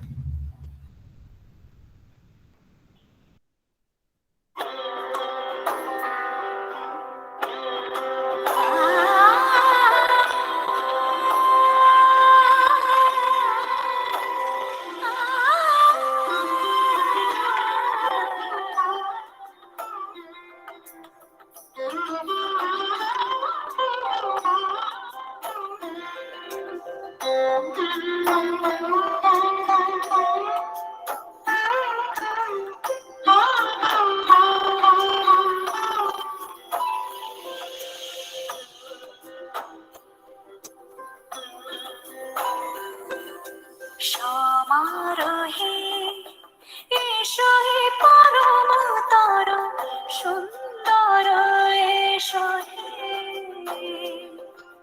সমারোহে এসো হে পরমতর সুন্দর এসো হে ঝনক ঝঙ্কারে উড়ায় শঙ্কার কমেছে দুয়ার দেরি নাহি আর এসো এসো পর এসো এসো সুন্দর এসো হে সমারোহে এসো হে পরমতর সুন্দর এসো হে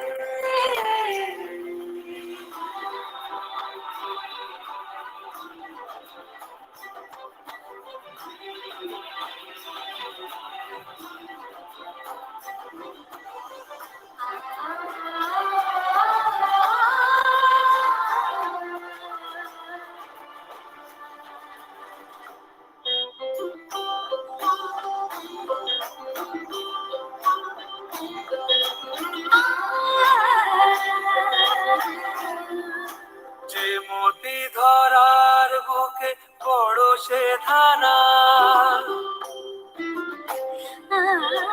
যে মতি ধরার বুকে বড় সে ধারা যে মতি রাতের মুখে শোভেশে শোভেশে শোভতারা সে প্রাণ বহে এসো হে রূপঙ্কর সুন্দর এসো সুন্দর এসো এসো হে।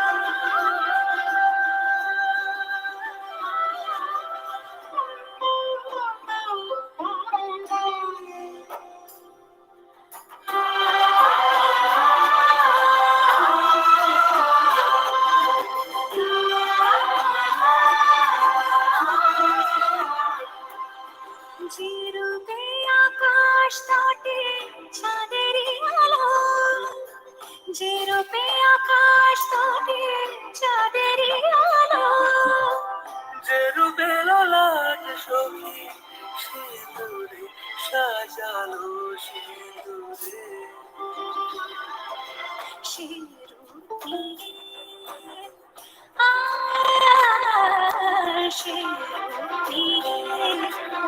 এসো হে যৌবন ভর সুন্দর এসো এসো সমারোহে এসো হে পরমতর সুন্দর এসো হে।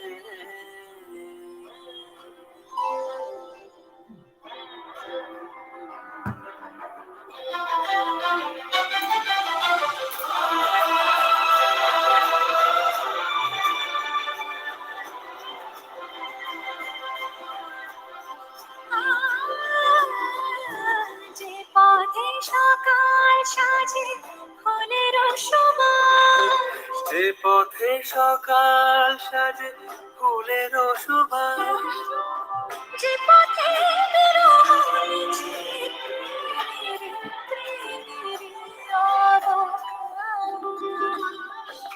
সে পথ হয়ে ও সে পথ হয়ে এসো হে মনোহর সুন্দর এসো সুন্দর এসো হে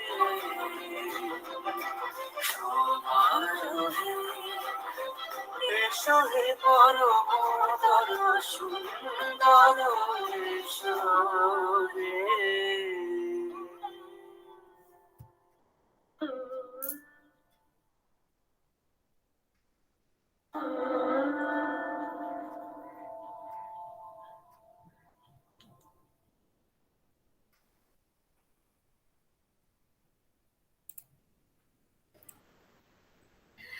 An extremely graceful performance by Anupurva. Thank you so much, Anupurva. Now I would like to hand it over to my dear friend Amrupali. Thank you, Chinmoy. Let us now treat ourselves with some music, and I would like to welcome Orpon Bandhopadhyay, first semester student from BCom. Amrapali, you are mistaken. Now we do not have the slot for music. We have recitation. Music is after the GD. Sorry, I'm sorry. Okay, so we have our participant Dishita Shikdar, semester 3 from the Department of English for a recitation. Over to you, Dishita. একটা চায়ের নিমন্ত্রণ লিখেছেন অনুব্রত গুপ্ত। কতবার ভেবেছি তোমাকে একবার নিয়ে আসবো আমাদের ছাদে। ঘর বলতে যদি কিছু থাকে আমার, তবে ঠাকুরদার বাড়ির এই বিরাট ছাদটা, মাদুর বিছিয়ে তোমাকে বসতে দেব। বহুদিনের অব্যবহৃত পোর্সলিনের কাপে চা দেব। সুপুরি গাছের ফুল খসে খসে ভরে গেছে। নারকেল গাছের বড় বড় পাতায় ঘষা লেগে লেগে একটা শিউরে ওঠা শব্দ। লাজুক প্রেমিকার মতো ছোট ছোট পাতা গজিয়েছে কাঁচা পাতা দাড়ি ভর্তি বাড়িটায়। প্রথম দেখা তুমি অবশ্য ভাববে এ কেমন ভদ্রতা, হয়তো ভাববে আমার কোনো উদ্দেশ্য আছে। একা পুরুষ মানুষ পেয়ে তোমাকে ফাঁসিয়ে দেবো আমাকে ছুটে যাওয়ার মিথ্যা অপবাদে? আমি দেখবো কপালে ওঠা তোমার অস্বস্তির ভাঁজ, দেখবো মেয়ে মানুষ দেখে কেমন কুকড়ে যাচ্ছে তোমার শরীরটা, দেখবো আর কিছু দেখবে না বলে এক মনে গোল গোল করে আঁচড় কাটছো মেঝেতে। শুধু তোমাকে দেখবো বলে আকাশের নিচে মুখোমুখি দাঁড় করাবো। তুমি হয়তো মনে মনে জপ করছো পূর্ব প্রেমিকার নাম। থোকা থোকা সূর্যের আলোয় ডুবে যাচ্ছে তোমার আঙুলগুলো চায়ের ভেতর, মাথার চুলগুলো উড়ে যাচ্ছে পাখিদের সাথে। তুমি আর থাকতে না পেরে বলেই ফেললে, কিছু বলবেন? আমি হাসি চেপে রেখে বলবো, আমার কেমন লাগে আপনার? তুমি বলবে ঘাস ফুলের মতো।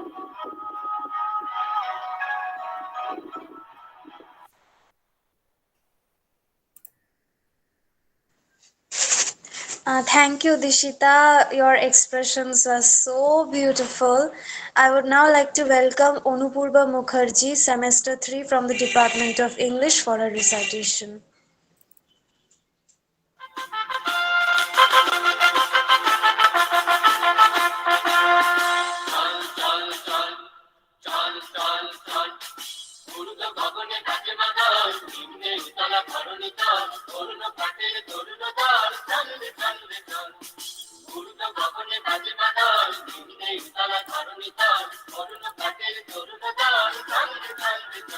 আঠেরো বছর বয়স কি দুঃসহ স্পর্ধায় নেয় মাথা তোলবার ঝুঁকি, 18 বছর বয়সে অহরহ বিরাট দুঃসাহসীরা দেয় যে উকি।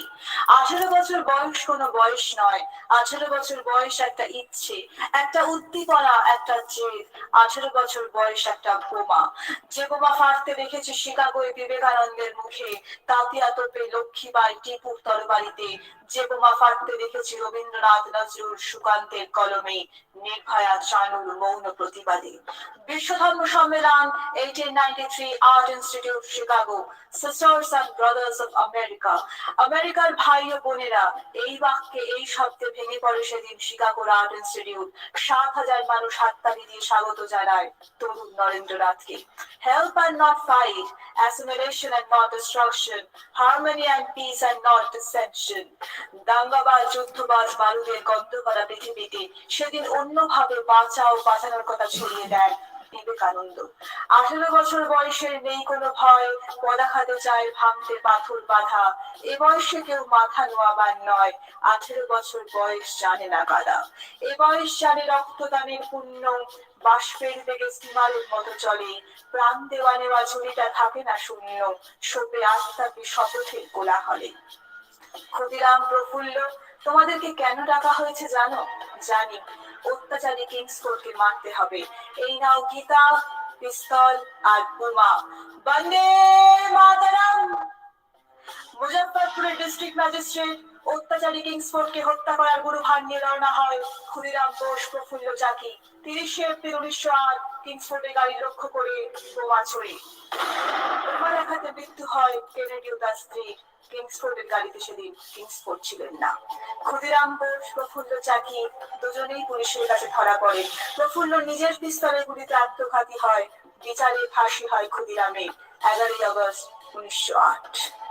18 বছর বয়স ভয়ঙ্কর, তাজা তাজা প্রাণী অসহ্য যন্ত্রণা, এ বয়সে প্রাণ তীব্র আর প্রখর, এ বয়সে কানে আসে কত মন্ত্র। মুরারিপুকুরের বোমা মামলা, বারিন ঘোষ সহ অন্যেরা গ্রেপ্তার, অসফল পরিকল্পনা। 8 ডিসেম্বর 1930 রাজনৈতিক বাদীদের অত্যাচারের প্রতিবাদে বিআই বাদল দীনেশের রাইটার্স বিল্ডিং অভিযান, অত্যাচারী সিমসানকে হত্যা। পুলিশের কাছে 3 জনই ধরা পড়েন। নিজের পিস্তলের গুলিতে বিনায় আত্মঘাতী হওয়ার চেষ্টা, মৃত্যু। পটাশিয়াম সাইনাইডকে মৃত্যু বাদলের, বিচারে দীনেশের ফাঁসি। 7 জুলাই 1931 অর্ধেক সফল অভিযান। বুড়িপালামের তীরে বাঘা জটিমের লড়াই, অসফল অভিযান। চট্টগ্রাম অস্ত্রাগার লুণ্ঠন, মাস্টারদা সূর্য সেন গ্রেপ্তার, ফাঁসি, অসফল অভিযান। সুভাষচন্দ্র বসু অন্তর্ধান রহস্য, অসফল অধ্যায়, অসফল অসফল অসফল। তবু এ লড়াই ছিল স্বাধীন মুক্ত ভারতের জন্য। ইচ্ছে ছিল শ্রেণী সংগ্রামহীন সমাজ ব্যবস্থার, স্বপ্ন ছিল নতুন দিনের, নতুন সূর্যের। এই লড়াই সেদিন ইস্ট ইন্ডিয়া কোম্পানি থেকে ব্রিটিশ রাজ হওয়ার ভিটের মাটিটা নড়িয়ে দিয়েছিল। 18 বছর বয়স যে তোরপার, পথে প্রান্তরে ছোটায় বহু তুফান, দুর্যোগে হাল ঠিক মতো রাখা ভার, ক্ষত বিক্ষত হয় সহস্র প্রাণ। 18 বছর বয়সে আঘাত আসে অবিশ্রান্ত, একে একে হয় জড়ো। এ বয়স কালো লক্ষ্য দীর্ঘশ্বাসে, এ বয়স কাঁদে বেদনায় থর থর। বহু আকাঙ্ক্ষিত স্বাধীনতা এলো, ভারত মাতা দুভাগ হলো, সাথে বাংলা দুভাগ হলো, যুক্তপ্রাণ দুভাগ হলো। আমার প্রতিবাদের ভাষা, আমার প্রতিরোধের আগুন, দ্বিগুণ জ্বলে যেন, দ্বিগুণ দারুণ প্রতিশোধে করে চূর্ণ ছিন্ন ভিন্ন শত ষড়যন্ত্রের জাল যেন। আনি মুক্তি আলো আনি আনে লক্ষ্য, শত প্রাণে শত লক্ষ্য। 1967 উত্তরবঙ্গের নকশালবাড়িতে জন্ম নিল সমান্তরাল রাজনৈতিক মতাদর্শ। উত্তরবঙ্গের দিকে দিকে ছড়িয়ে পড়লো আগুন, ভারতবর্ষের কৃষক আন্দোলন নতুন মোড় নিল। যে আগুনের তাপ পৌঁছে গেল কলকাতা, বিহার, অন্ধ্রপ্রদেশ। কলকাতার অলিতে গলিতে তখন বারুদের গন্ধ, কলকাতার রাজপথ সাক্ষী থাকলো তাজা তরুণ রক্তের। হয়তো তাদের পথ ভুল ছিল, ইতিহাস বলবে, হয়তো তাদের ভাবনা ভুল ছিল, ইতিহাস বলবে, কিন্তু তাদের ইচ্ছে, তাদের ভিতরে জ্বালা, এক সবুজ সমাজের আশায় বাঁধা বুক, যেখানে জাতপাত নেই, ধনী গরিব নেই, যেখানে ভাই ভাইকে খুন করে না, যেখানে স্কুল ফেরত কিশোরী ধর্ষিতা হয় না, যেখানে লক্ষ লক্ষ গরিব মানুষের খাটনির টাকা কোনো সমাজ ব্যবস্থা খেয়ে ফেলে না। তবু 18 শুনেছি জয়ধ্বনি, এ বয়স বাঁচে দুর্যোগে আজ ছড়ে, বিপদের মুখে এ বয়স অগ্রণী, এ বয়স তবু নতুন কিছু তো করে। আজও বিচার হয় না হাজার অপরাধীর, চাষির দিকে ঘড়ির কাঁটা ঘুরেই যায়, অজানা অচেনা কোনো আঙুলের নির্দেশে। ইতিহাসের দীর্ঘ অনশনে চলে যায় এক নারী, হাজার লক্ষ মোমবাতির শিখাও ম্লান হয় রাজধানীর রাজপথে। চিটফান্ডের গিলাটিনে গলা দিতে হয় আলু চাষি, বিবাহযোগ্য কন্যার পিতা, অলিখিত নিরপরাধ এজেন্টকে। হে মহাজীবন, আর এ কাব্য নয়, এবার কঠিন কঠোর গদ্য আনো, পদলালিত্য ঝংকার মুছে যাক, গদ্যের করা হাতুড়িকে আজ হানো। প্রয়োজন নেই কবিতা স্নিগ্ধতার, কবিতা তোমায় দিলাম আজ ছুটি, ক্ষুধার রাজ্যে পৃথিবী গদ্যময়, পূর্ণিমা চাঁদ যেন ঝলসানো রুটি। এ বয়স যেন ভীরু কাপুরুষ নয়, পথ চলতে বয়স যায় না থেমে, এ বয়সে তাই নেই কোনো সংশয়। এদেশের বুকে 18 আসুক নেমে, 18 আসুক নেমে, 18 আসুক নেমে।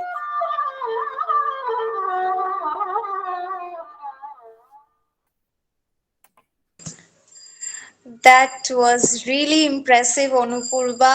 Some of our audiences are already overwhelmed, so I think I don't need to speak much. Moving on, I would request my chum Chinmoy to welcome our participants for the group discussion. Thank you so much, Amrapali. Now I would like to call upon the participants for our group discussion. I would like to welcome Niladri Odhikari from History Honours 3rd Sem, Anubhav Sarkar from Economics Honours 3rd Sem, Simanti Chakraborty from Political Science Semester 1, Ishan Bandopadhyay from JMC Honours 1st Sem. Well, there is a slight change. In place of Anubhav, we have Akshaya Venkat from the Political Science Department. Okay. I would also like to welcome the judge for our group discussion today, who is an ex-student of our college, Mr. 𝐕𝐴𝐶𝐤.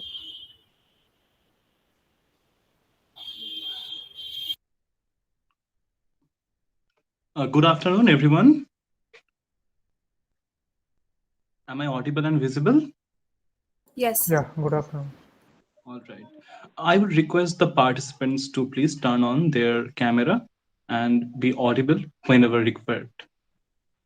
Also, I am thankful to Anupurba. I am thankful to the faculty of Bhawanipur Education Society College for welcoming me after a long time to this auspicious event. And at the same time, I hope you all are taking care of yourself. You know, the new surge in COVID is really drastic, and we all should be taking extreme precautions which are required on our part. So, may I have the participant list, or may I know who are the participants, please?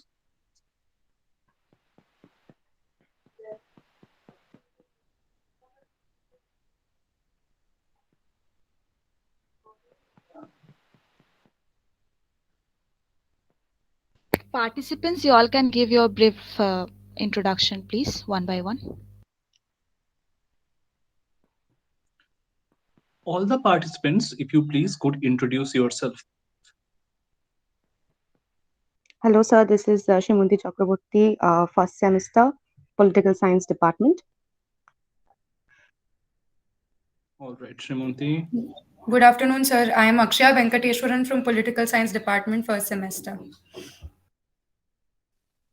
Good afternoon, sir. I am Niladri Adhikari from History Department, third semester. Third semester. All right. Good afternoon, sir. I am Ishan Bondapadhyay from JMC first semester. All right, Ishan. That's all, 4 of them. That's all. So a group discussion, in one part, you can call it as a brainstorming of ideas, but it is much more than that. When it comes to group discussion, you actually give your ideas, your thoughts, your opinion at the same time. You counter the ideas and opinion of others to re-establish or establish your own opinion. That's how the overall part of group discussion works. So are you guys well aware with the directions and the rules and procedure of how group discussion works? Not really. This is actually my first time in a GD. So, all right. So there are few things which are required in a group discussion. The time limit and the barrier is not a place which you have to be taken care of. But at the same time, you have to take care of 2 to 3 things. The one of them is what you are speaking and how you are speaking and how you are putting forward your opinion. The second part is very important. You should be respectful to the other participants in a group discussion. It shouldn't look like that you are barging on them. All right, is it clear to all the participants? The fourth point is how you take control, how you make sure that your points are pertinent enough and they impine at the very same topic. Are you guys aware of the topic for today's group discussion? All yes, right. sir. Let me give you a brief on the topic. Internships are the new ways by which we enable students or the younger generation to get into the world of employment. Employment are of several kinds. They have different forms. There are various kinds of employment. It acts as a bridge between the workplace which you are destined to go in future and at the same time what you want to grow with. While doing internships, several students get the opinion that this particular field is not right for them or it is not okay with them. So internships gives you an enormous opportunity to look into students' welfare for their employment in future, and it has wide variety, it has scopes, but also at times it comes with few disadvantages. So I would really hope that this group discussion would bring up all the relevant issues, the benefits, the disadvantages, and the importance of internships in students' welfare as a whole. Anupurba, if I am not wrong, the time limit is still 1:30 p.m., right? Yes, Yes, you sir. can take 10 minutes extra if you want to. All right. So you would have a time floor of 25 minutes time floor of 25 minutes. You can start your discussion. Before that, you would be giving a formal introduction to the house and the audience who is here. You will be giving a formal introduction, and by that, you will be starting the overall group discussion. Post group discussion, there will be a certain format of questionnaire if the audiences want to ask, or if you want to express in a different manner on your current thoughts and actions. So over to you. Let me start with my formal introduction. I am 𝐒𝐭𝐮𝐝𝐞𝐬. I have completed my BCom honors from Bhawanipur Education Society College. After passing, I went for my job. Post my job opportunities, I went into the field of entrepreneurship. Now I work with several corporates in the field of entrepreneurship, and the part of creativity and new belongings and things are something which I create along with others. And with this, please introduce yourself, all the four participants, and start the discussion on importance of internships in student welfare.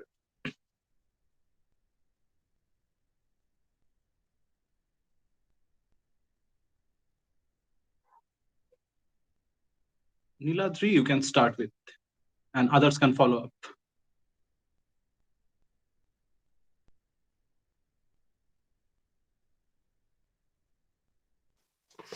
Okay, so good afternoon, everyone. It's Niladri Dikari. As I said, I belong to History Honors Department, and I'm in the second year, third sem. So, in this new world where we actually live, there the division of labor actually going through, and there is wide variety of aspects where people can actually get into new jobs. Sorry, new jobs, and obviously for that we need skill specializations, and obviously experience is needed, as corporate sector is basically based on large part experience and obviously discipline that we follow through. That's what they actually have an enormous emphasis on. Now internships can be held, as we all are familiar with, much of the time it goes with the private sector basically.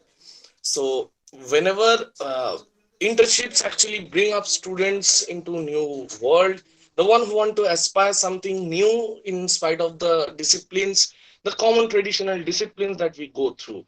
My basic point is, let the internship should be taking place all over, and students should be given new work opportunities. But the thing is, while focusing on the concept of internships, none of us should actually think of that, or anyhow this internship should hamper student during their daily academic life which they go through.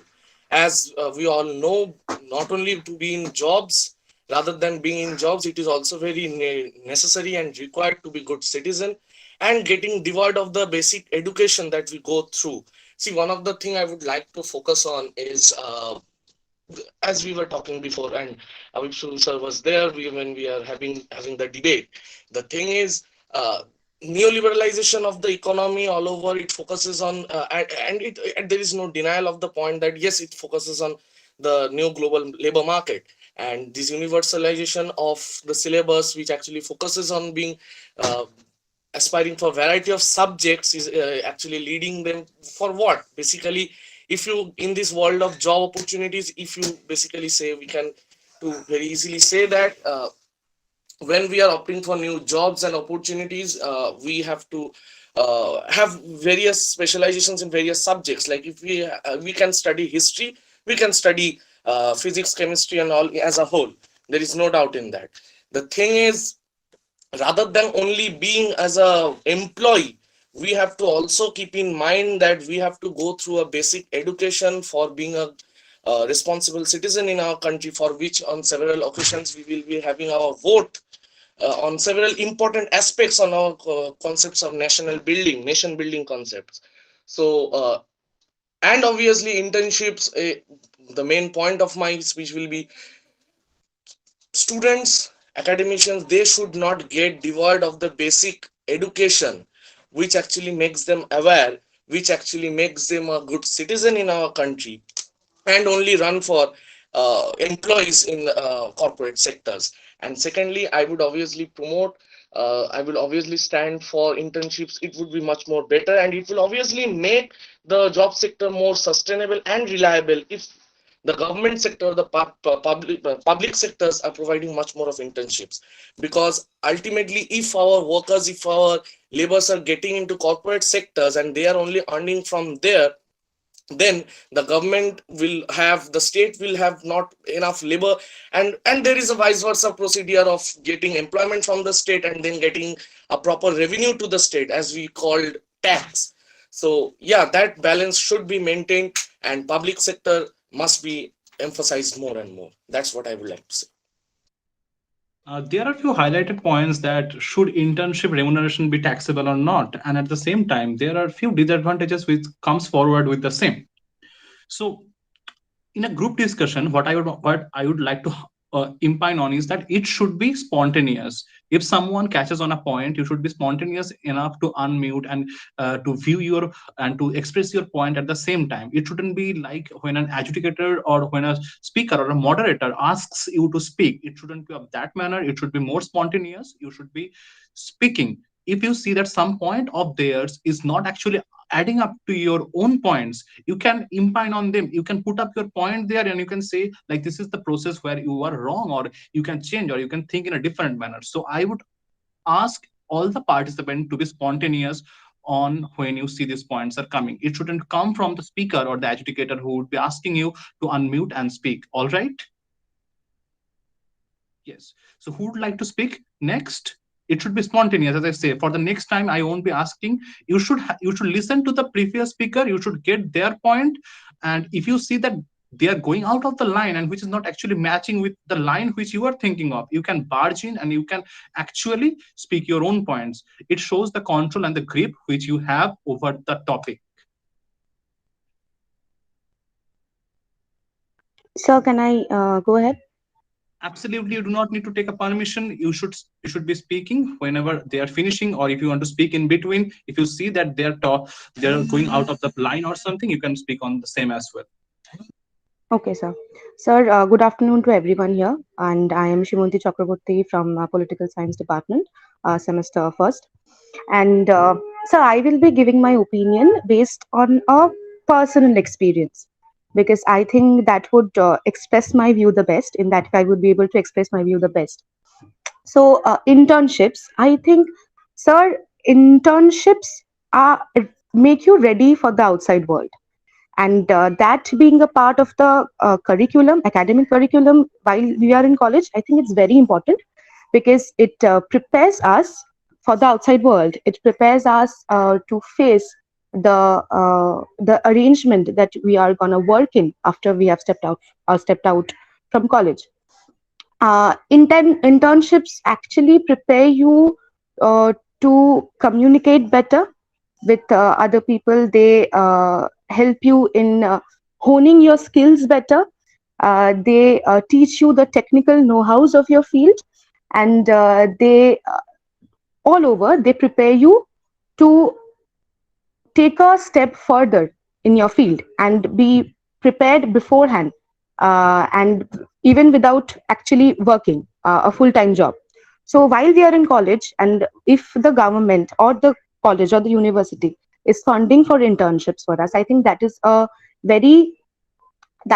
a point which should be there, and it actually would help us to do better in our career as we go along with it.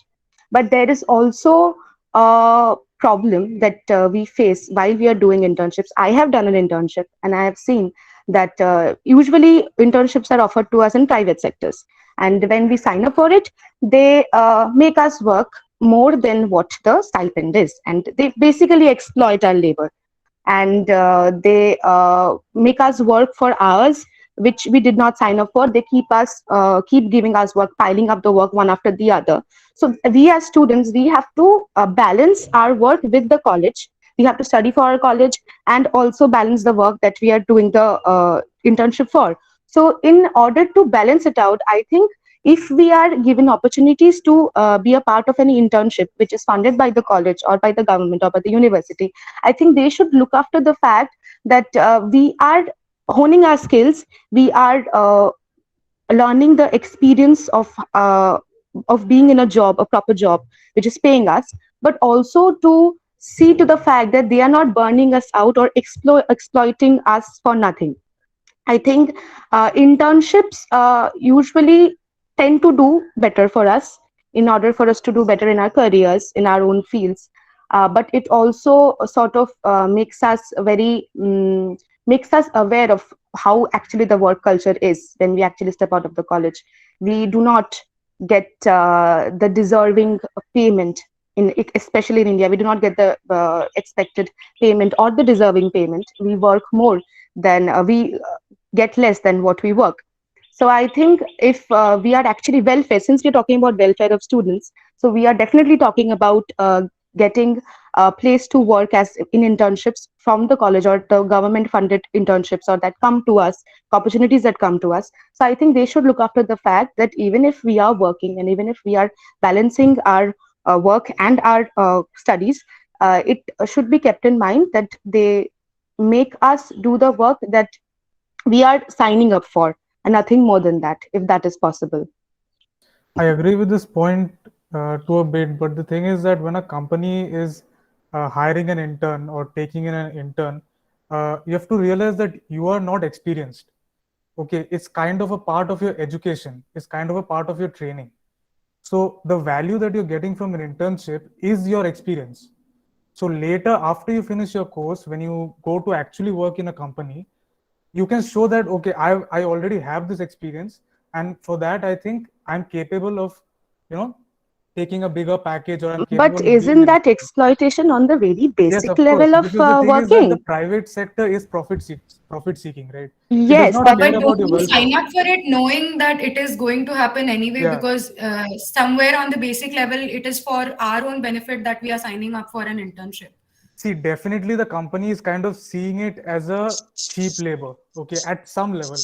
Even if they don't want to admit it or something, they are kind of seeing it, okay, these are people who are going to work for the company. I don't necessarily need to pay them, or I can just pay them a small stipend. Okay, so of course the private sector is going to look at that in that sense, because they that's can why, get the most work done. yes, I think that's what I don't stand by. That I think But that's why if One thing government I would funded, when like I'm to saying, highlight. if that's the One only thing I option would that you like to have to get highlight. experience, then you have to go by or it. there's if there are internship opportunities from private sector, I think I do not stand by exploitation of my labor. That's something I totally refuse to accept. But Since we are you can talking choose about not this, to. Yeah. I mean, since you we are can One talking thing choose I to about would say this, that, like okay, to. I'll only do my degree, and, based on, because nowadays you can't just show a, bachelor's degree and get a job. Yeah, it's not that it, easy as it it was helps in in the one point. CV as it should. Yeah. It helps in the CV, and internships actually prepare. There are way more positive sides than the negative side. But since we are talking Mhm. about an issue and we are talking about both the sides and like having a discourse in length, talking in depth research, the nitty gritty of it, I think I would like to mention both the sides. That yes, Yeah. it helps us in forming our CVs and giving us experience and helping us work and helping us form an idea about what the world outside is going to be. But then again, it is actually preparing us for exploitation of our labor, and we are actually signing up for it But see, this willfully. exploitation of labor is something that you're going to face in the private sector anyways. Even if you work in a normal job, I would private like to sector is highlight always something looking here, for the most which efficiency. So they'll try to hire the least amount of people and make them do the most amount But of work. is that what you willfully sign up for? Is that Of something that course you're not, but signing up that's for what you have to willfully? do to put food on the But table, I right? think we So sign up it's for to food. internships for our benefit and not in the It is, mindset we that are we are talking going to about get student exploited or welfare. We are not something. talking about company welfare. So he would not go Yeah, into but what the companies, private Yeah, company is exactly. benefiting from. So So it is I am going to talk welfare, right? about If the we are burnout signing up for and the internship, exploitation that I might feel or that that I burnout is a might go part of your through. training, right? Like you're going to feel burnout when you work in the industry. So now I understand, I Yes, agree with what you're saying, that they are exploitative. in But nature. from your point of view, like you're a student right now, but you're going to be an employee in the future, right? So you have to No, not if I understand am necessarily. doing well enough in my, how the private I would sector like is. to. I'm trying to save a long time. The Yeah, thing sorry. is, let me start from the very beginning. These internships, as I said earlier, these are coming with this has been emphasized more and more with the neoliberalization of the entire system. If we are talking about the economy, it will obviously include certain important points, which is also one of them is our fundamental right, that is education. Now, with neoliberalization of education, I would like to point out one thing. Through education, they are trying to highlight one point is that nishkama karma. You carry on with your work. It's basically taken from the Indian text, that of historical text, that you carry out with your work and you don't think about your result. Now the problem is in corporate sectors, if you just simply go on talking about you carry on working and you don't say that why can't we have this when we are giving our labor, we don't have the right to strike here, we don't have the right to build up unions here, because we are all workers, and ultimately whatever the internship it is, the labor that that person is providing during the internship, he or she might be providing the labor for training or experience, but the company is still making out profit from that labor. So if you have to give, and the company needs that labor, yes, obviously a person needs employment in its life, and thus, and this in your capitalist structure, we often go through that public sector is weakened, and that weakening is often done because to strengthen the private sector. Now if you are creating employment, if you want to create an employment, you have to be responsible, neither completely surrendering to the global finance capital. I would like to emphasize one point between Ratan Tata and Mukesh Ambani. In a meeting, Ratan Tata was asked, what is the difference between you and Mukesh Ambani? Ratan Tata said that there is a difference in profession. You might think both of us are businessmen, but Ratan Tata is an industrialist.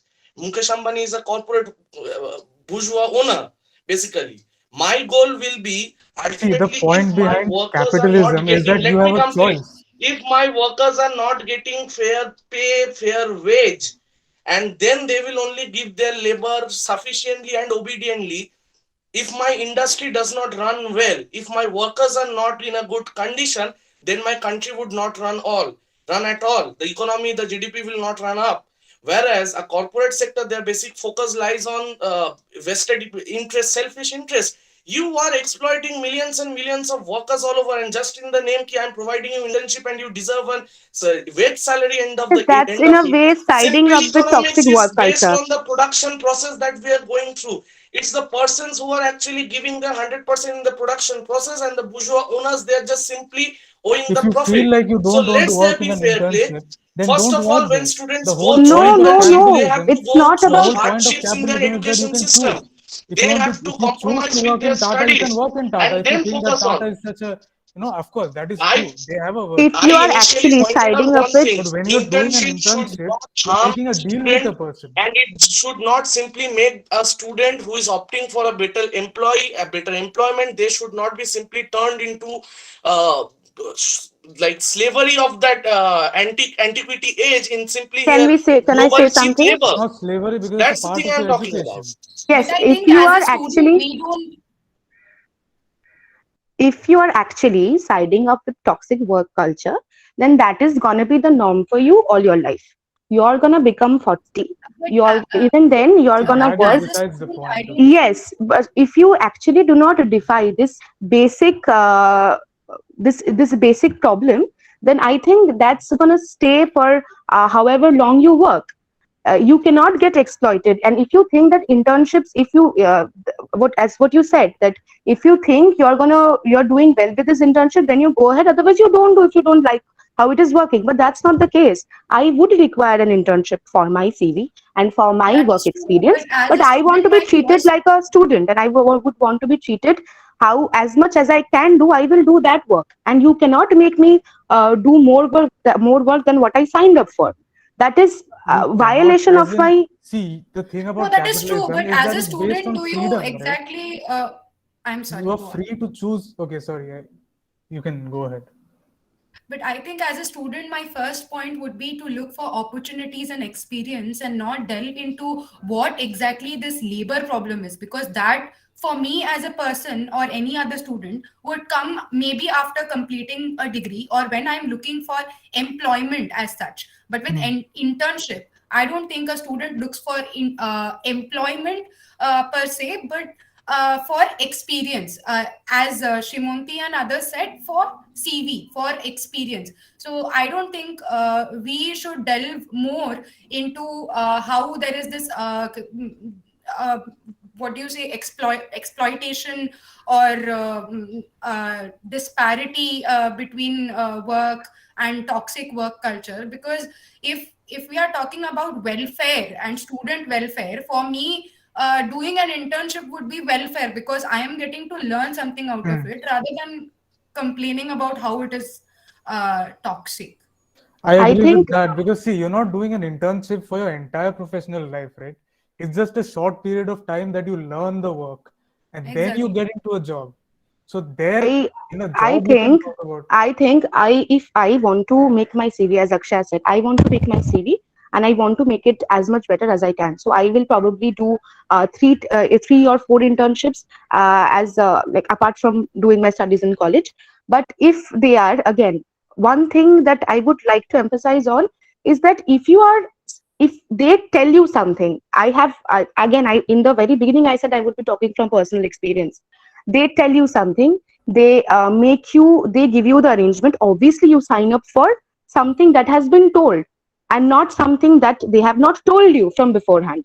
Yeah, that Here is true. again, But see, you they want an keep doing it from internship. private That is your sectors. demand. From A private company sectors is they saying keep that I doing am that. going to give you the internship.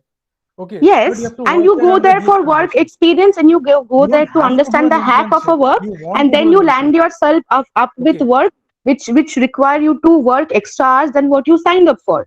Do you think that is all right? Do you think you would want to get acquainted You with don't such an work there. arrangement? That is what you're going to deal That with the is the rest of your case professional life. that is the case in most of the private sectors. That Nobody is is the forcing case you to in do most an of the See, private one internship. thing I sectors. would like to highlight what Ishan said, he don't work there. Excuse me. This entire concept Excuse of what me. the neoliberal Niladri. economy is doing with sir, I Niladri. would like to end Niladri. up my point. Just give me a Sir, minute. Niladri. yes, sir. Niladri, just give me a minute. The floor has more 2 minutes, and who wants to sum up the thing or who wants to put something extra to it can do it right now. Okay. The thing is, when we are talking about these internships and as Ishan said, ki if you don't agree with this work, you just drop this off and you go on with something else.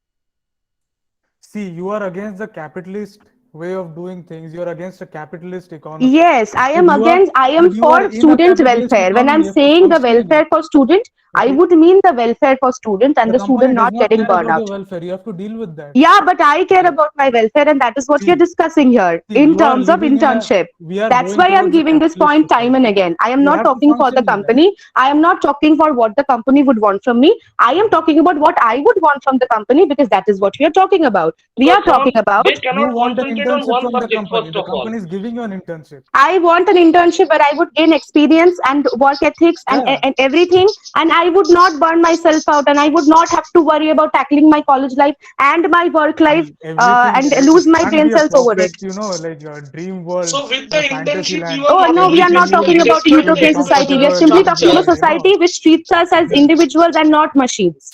Thank you. That is how it works in a capitalistic economy. I hate that too, but you can either I choose am. to be a cog in the machine, That's if or you we are can. talking about bringing about a change in the society, we have All to talk right. about it in length. We All have to right. talk about, Uh, I go feel into the roots of it. all right. I feel Now, somehow we deviated from how important internship was to a debate where it led to capitalistic and non-capitalistic economy. yeah. So Accountant let me, in a local mudikhanar dokan. Niladri, just Niladri. Expressions are all good, but not expressions are not expressions are always good, but not always. Yeah, give me a minute. I'll be taking 3 to 4 minutes to elucidate more on the overall part of internship. You want a cherry over a cake, but you don't want to purchase that cherry, right? So how would you have a cherry on top, Exactly. right? Agree with. You want to have a tailored suit, but you don't want to buy a piece of cloth. How would you have that? You want a Mercedes Benz, but you do not want to work for it. How would you have that? If you talk about labor, will you call the assignments of your college as labor? Would you do that? No, you wouldn't do that. When you call labor, how much is labor? What is labor? That is important. That is really important. So what is really important here is when the company gives you an idea that after the completion of internship, you'll be getting a permanent job here. That is something which is important. What important is the company recognizes your effort. The CEO doesn't come up and say, I did this, I did that. He says, my team did that. The overall functioning and the system of internship works on this manner. But again, when I say the art of a human being is to complain. In winter, we do not like winter. In summer, we do not like summer. In rainy days, we do not like a rain. What we like is what comforts ourselves at whatever time it suits us. But yes, there is a limit to everything which is extreme. Extreme of everything is bad. If you leave people in an internship without any moderation or check, this is bad at the same time. If you let people work for 12 hours, this is bad at the same time. So it's same as a parliament. You have something for the government and against the government. They keep a balance. So no matter where you go, neither, like if you be in a capitalistic economy or a communist economy, there has to be a balance. There cannot be anarchy. That is something which you really need to understand. It doesn't matter whether you're capital or communist. Capitalism and communism can flourish at the same time. One of the biggest examples would be the People's Republic of China and United States of America. They have flourished in their own. They have flourished in their own ways. So when it comes to internships, those part of the topic is something which we really do not need to bring into action. What we need to bring into action is how much that company is expecting you to work and if that suits your time schedule or not. It's your duty to look into the agreement before signing it for that. If you want to work on that part, it's up to you. But if you do not want to work, it's up to your own choice. And that is what democracy is all about. And when it comes to welfare, welfare is the part when the company guarantees you that you will be getting an employment. The company will be giving you adequate internship stipend. At the same time, the company will give you certificates, recommendations to other companies at the same time, not only increasing your CV when you are standing in an environment which works on its experience. When someone hires you, they say, what experience do you have? Or what experience previously have you worked on? That is something when it comes handy. So what I would say is every part of this is good and every part of this has some difficulties. Both has to be stressed on and worked upon. Yes, Niraj, do you have something to say?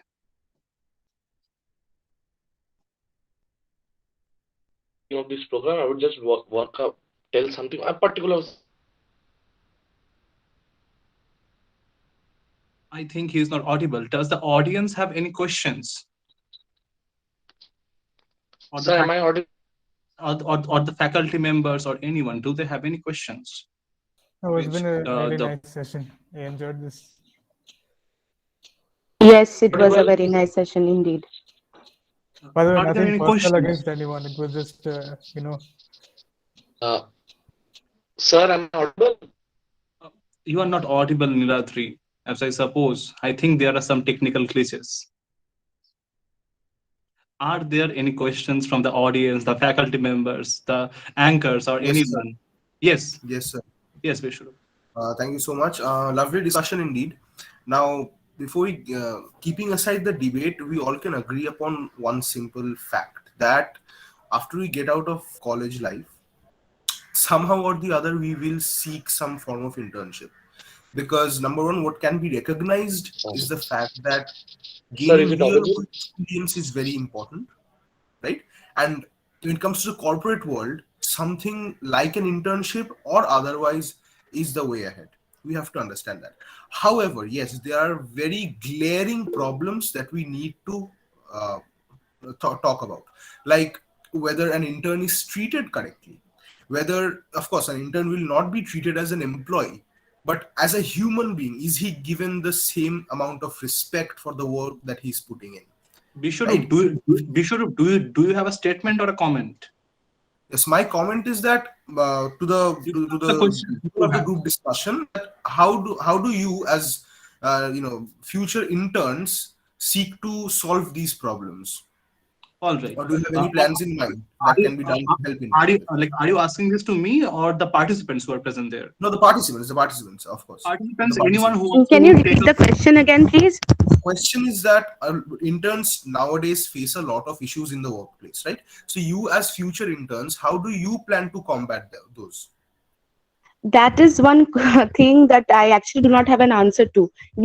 When we are interning for a company, we are in no space where we can actually demand to be treated rightly, unless and until it is actually handed over to us. If we say anything, they would either the immediate boss, they would end up removing us from it, or we would not get the stipend that we were promised, or there's an overall bad remark on our CV at the end of the session. So I think as interns, uh, there is no way other than us submitting to whatever we are being asked to do. And if we actually have to combat it, it should be coming from the authority or the place of where the opportunity is coming from. Especially, there is nothing in our hands while we are interning, because if we say anything or try to make a comment or try to demand something, it would actually lead us into trouble. That's what I think. all Thank you. right. Can I see? No Okay. follow-ups to be entertained. No follow-ups Okay. to be entertained. Yeah. Anchors, how many how much time do you have? You take your time for more 5 to 7 minutes, no issues. All right. We'll be taking to more 4 minutes. Do we have any other questions from any of the participants or the Sir, I audience? have a question. Yes. Sir, this question is actually pointed towards Niladri. Uh, so, is he there? Is he there? You Yes, should be. am I audible? Just give me a Yeah, minute. yeah.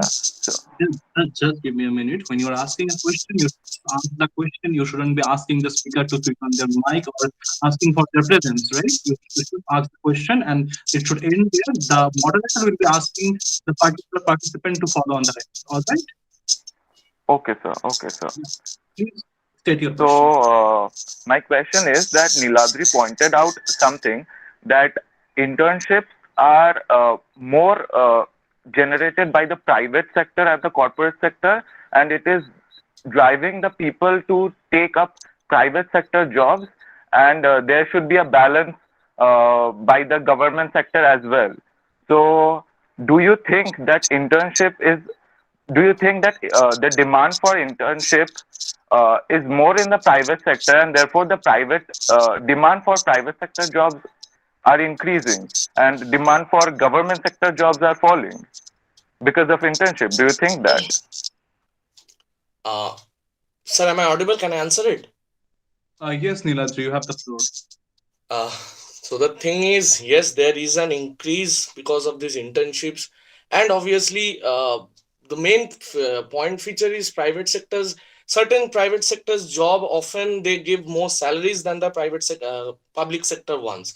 Yes, but the thing is, ultimately, we have to keep in mind that no matter what, your socioeconomic security, as of several things like incentives, your pensions, it is more and more assured by state sector's jobs than private sector jobs.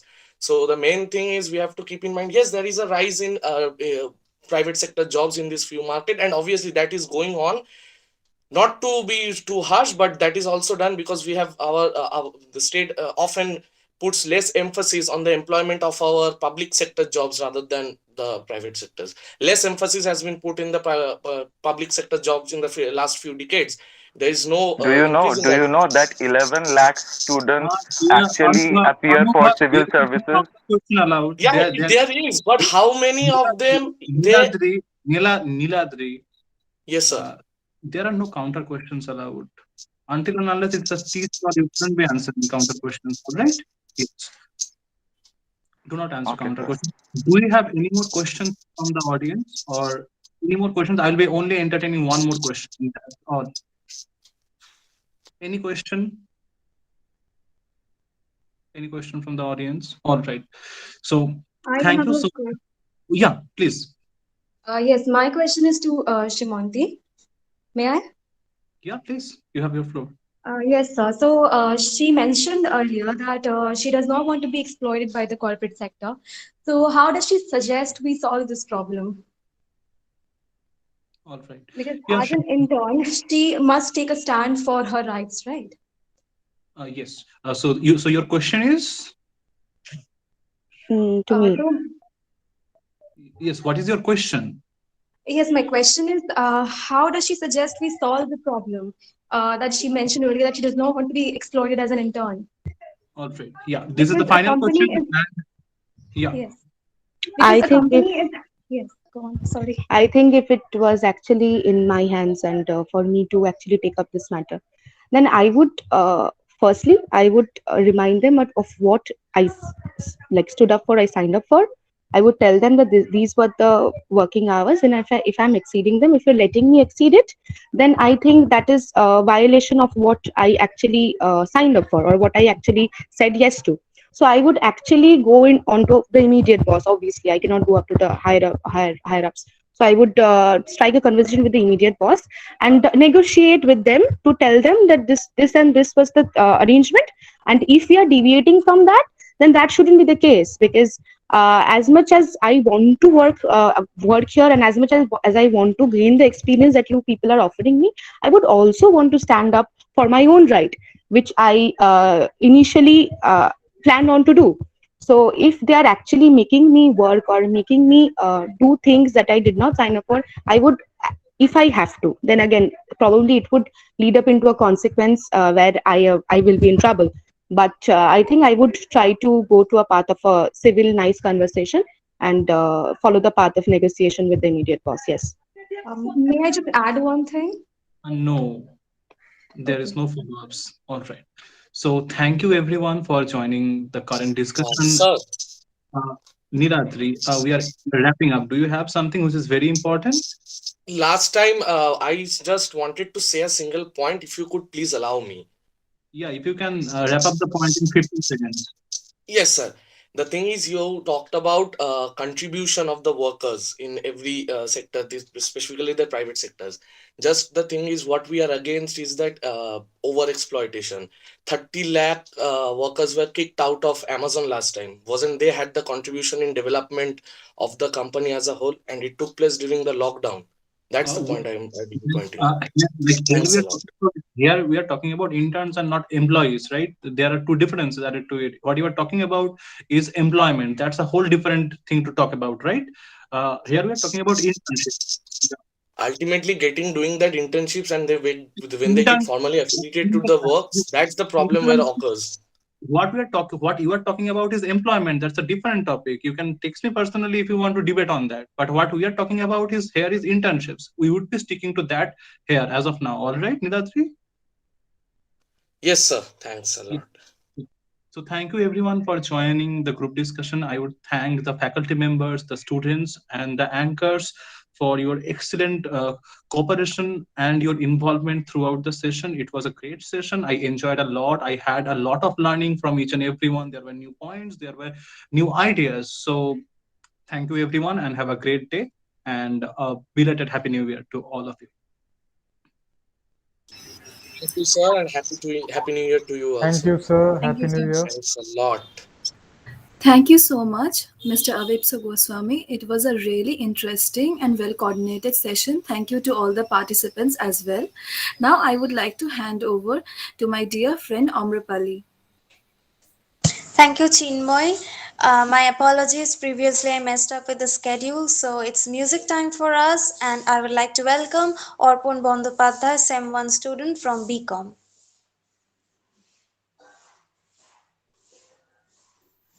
Hello everyone, I hope I'm audible and visible. Good Yes. afternoon. I'm going to be singing All of Me by John Legend with an instrumental, and I hope you enjoy.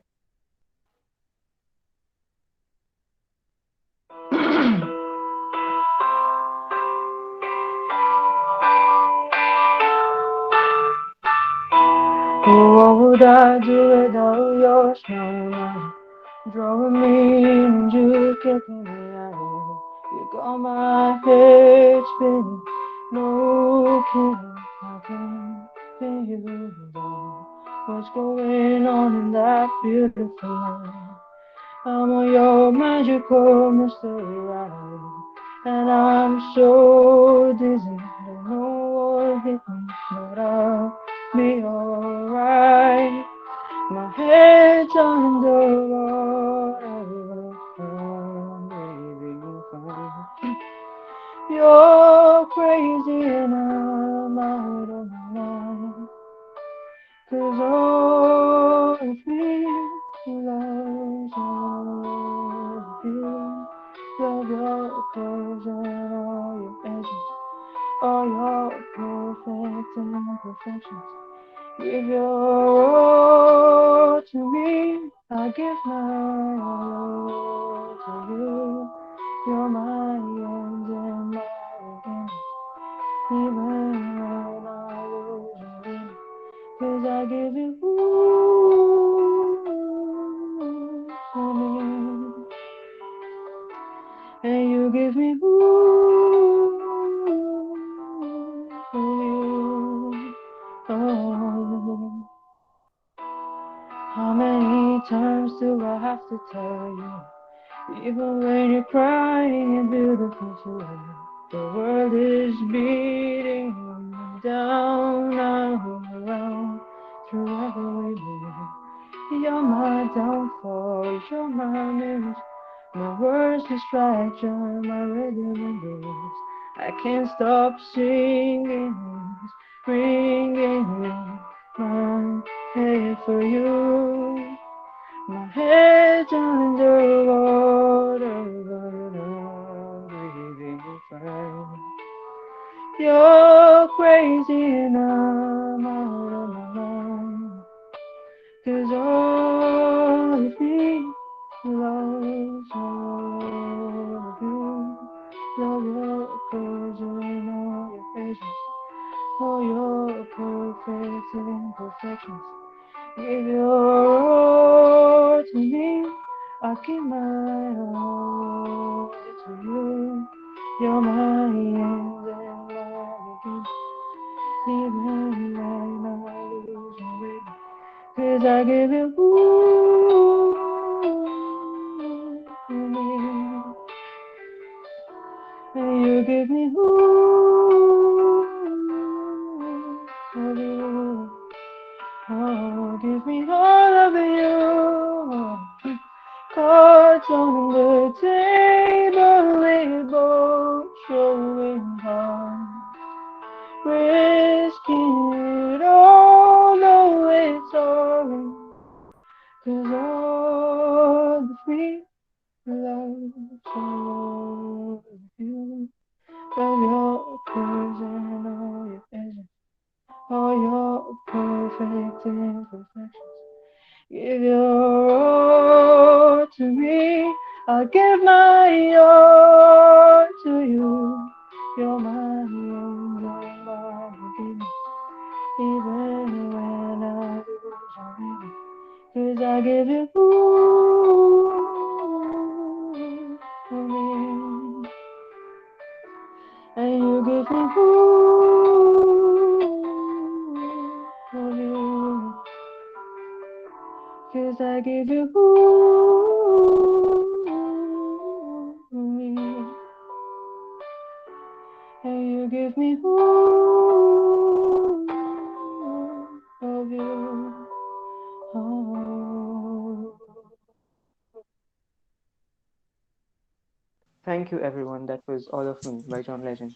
Have a nice day. Thank you, Orpon. Borrowing Rick's comment, it was indeed soothing. Moving on, I would like to welcome Devang Nagar, a BCom student from semester 1. Over to you. Hi everyone. Hi, I'm Devang. Uh, in times like these, hopefully all of you are all right. And if you're not, then I hope you get well soon. Is my guitar audible? Just give me a thumbs up if my guitar is audible. Just a second.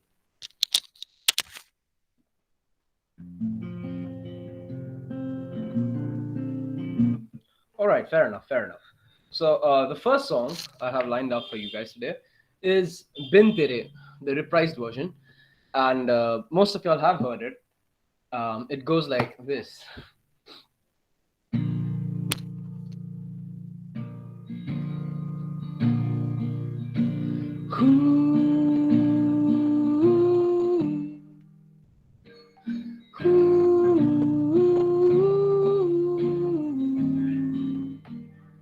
तेरी निगाहों के, तेरी ही राहों के करीब से गई जिंदगी, तुझे क्यों देखा ना, तुझे क्यों जाना ना, शिकायतें करूं या नहीं, थमी है ये सांसें, भरी है ये आंखें, सहूं कैसे अब ये फासला, बिन तेरे, बिन तेरे, बिन तेरे, कोई ख्वाहिश है हवाओं में, बिन तेरे, बिन तेरे, बिन तेरे, बिन तेरे, कोई ख्वाहिश है हवाओं में, बिन तेरे।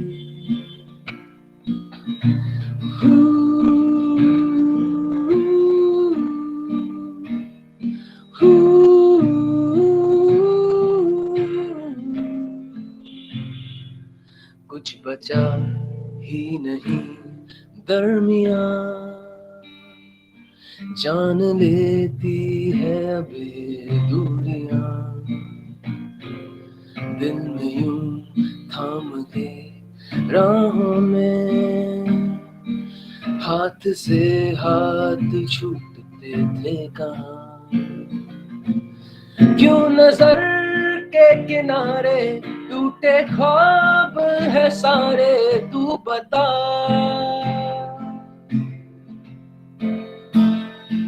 सूना सूना समा है, खाली खाली जहां है अब मेरा,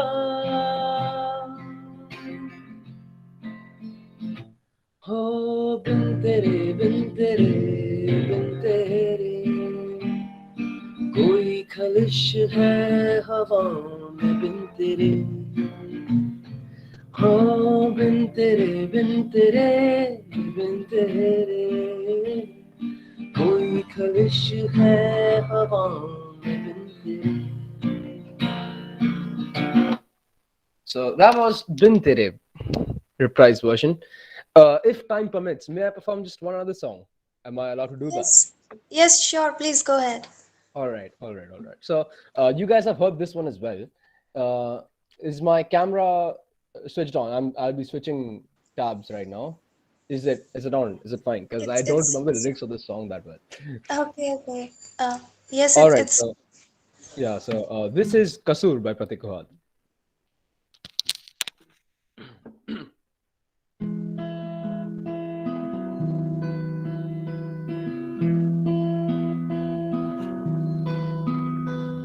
हाँ मैं गुमसुम हूँ इन राहों की तरह,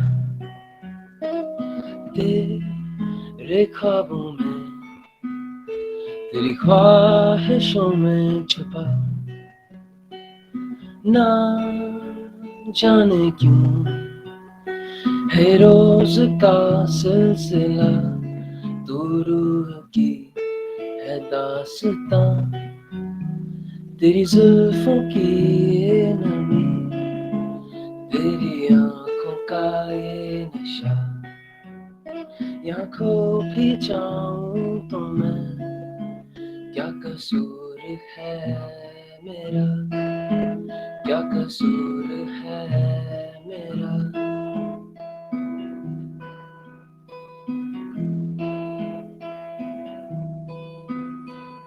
क्यों ये अफसाने इन लम्हों में खो गए, हम घायल थे इन लम्हों में खो गए,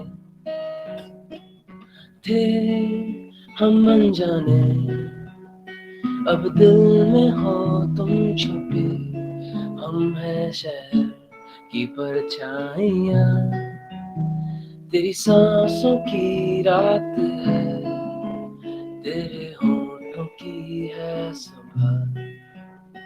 यहाँ खो भी जाऊं तो मैं, क्या कसूर है मेरा, क्या कसूर है मेरा।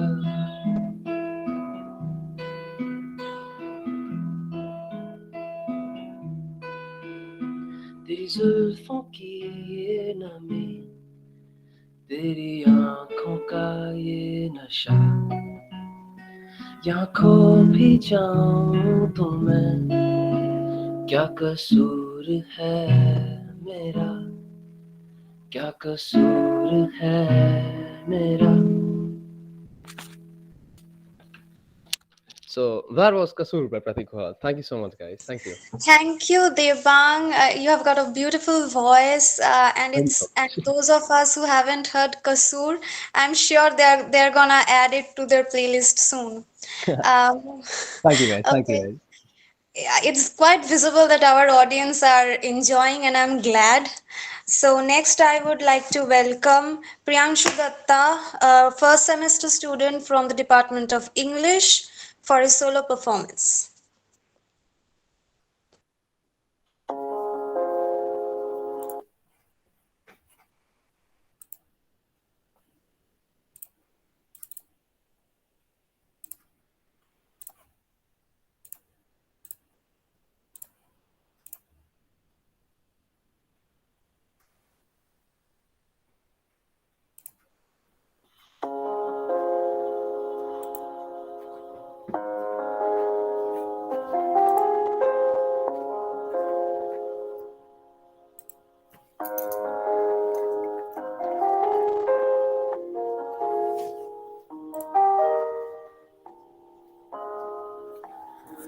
शायद कभी न कह सकूं मैं तुमको,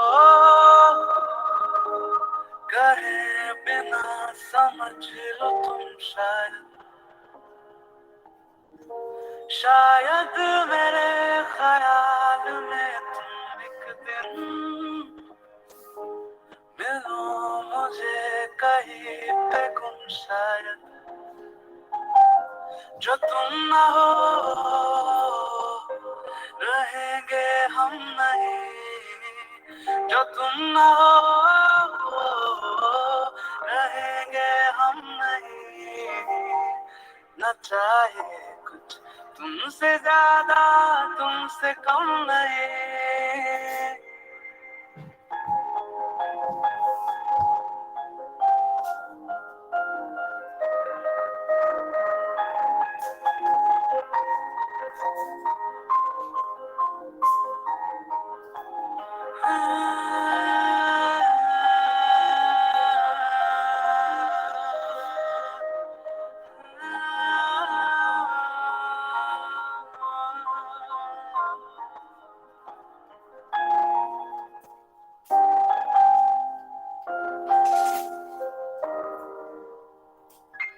आँखों को ख्वाब देना, खुद ही सवाल करके खुद ही जवाब देना तेरी तरफ से।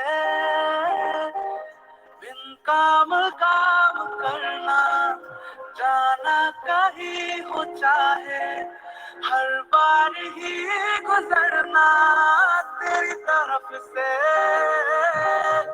ये कोशिशें तो होंगी कम नहीं, ये कोशिशें तो होंगी कम नहीं।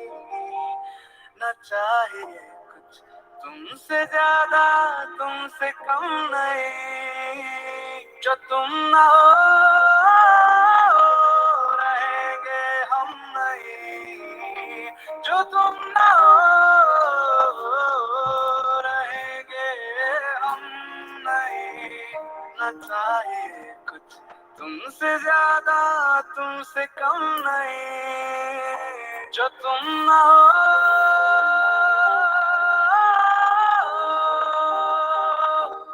जो तुम ना हो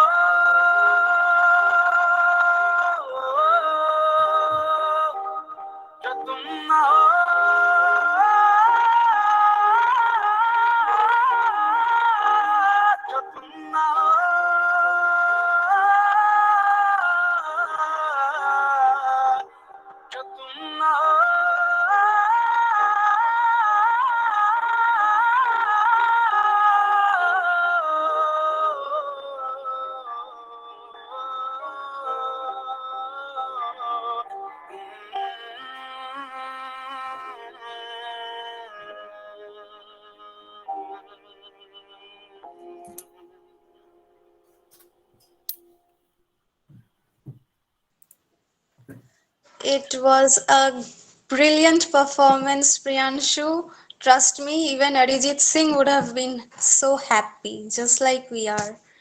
I would now like to welcome Rohit Dubey for his solo performance from first semester Pol Science Honors.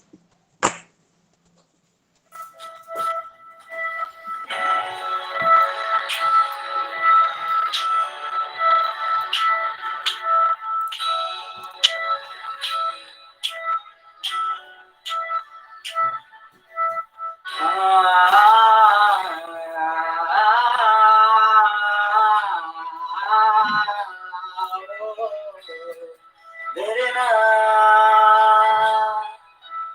हाँ हंसी बन गए, हाँ नमी बन गए, तुम मेरे आसमां मेरी जमीन बन गए, हाँ हंसी बन गए, हाँ नमी बन गए, तुम मेरे आसमां मेरी जमीन बन गए। ओ आ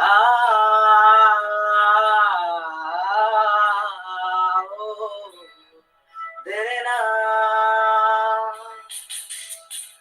हाँ हम बदलने लगे, गिरने संभलने लगे, जब से है जाना तुम्हें तेरी ओर चलने लगे। हाँ हम बदलने लगे, गिरने संभलने लगे, जब से है जाना तुम्हें तेरी ओर चलने लगे। हर सफर हर जगह हर कहीं बन गए, मानते थे समा और हाँ बनी बन गए, हाँ हंसी बन गए, हाँ नमी बन गए, तुम मेरे आसमां मेरी जमीन बन गए। ओ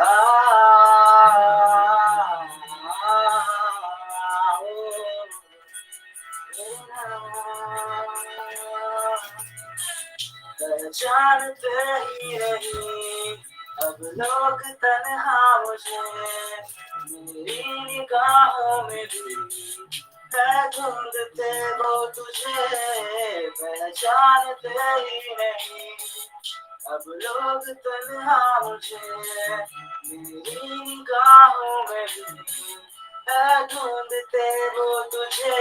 हम पे ढूंढते जिसे वो कमी बन गए, तुम मेरे इश्क की सरगमी बन गए, आसी बन गए, हाँ नमी बन गए, तुम मेरे आसमां मेरी जमीन बन गए। ओ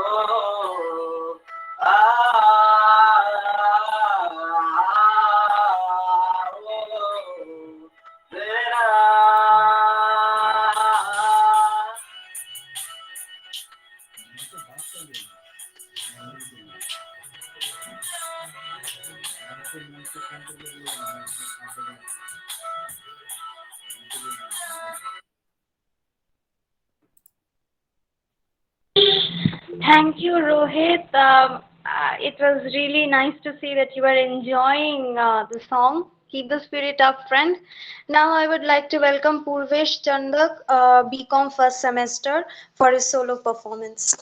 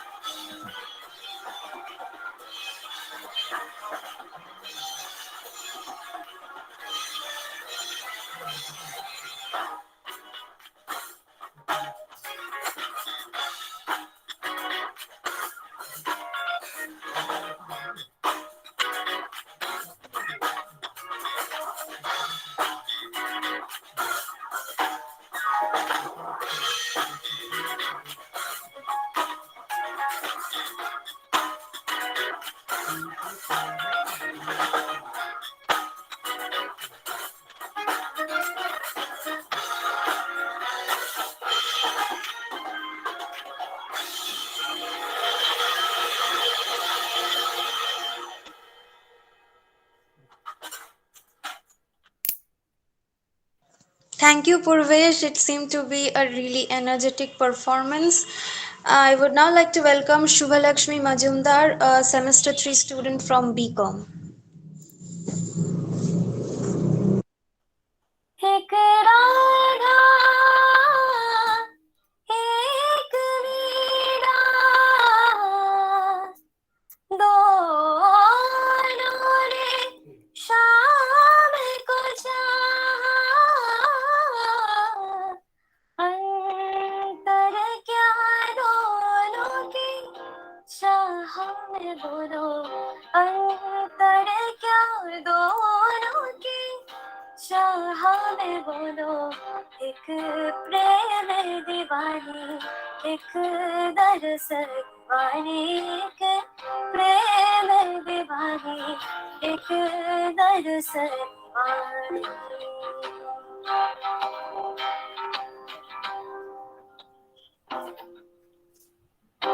मेरा कह प्रभु गिरिधर नागरा राधा के मन मोहन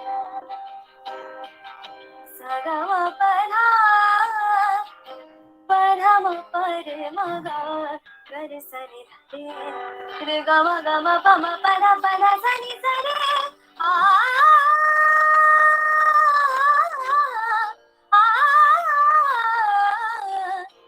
मेरा कह प्रभु गिरिधर नागरा राधा के मन Mohan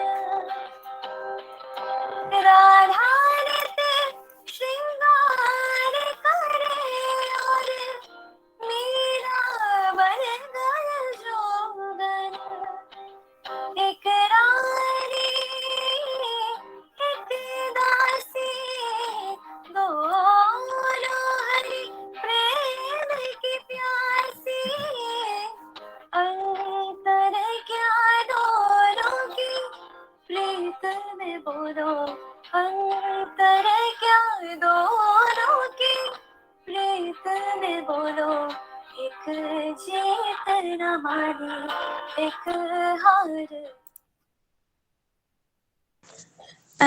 Thank you, Subhalakshmi. You have got a really sweet voice, just like you. I would now ask Chinmoy to take over this responsibility of welcoming our next participants. Over to you. Thank you so much, Amrapali. Next, I would like to call upon Reet Gupta and Reek Gupta from English Honours First Sem for their solo with keyboard accompaniment program.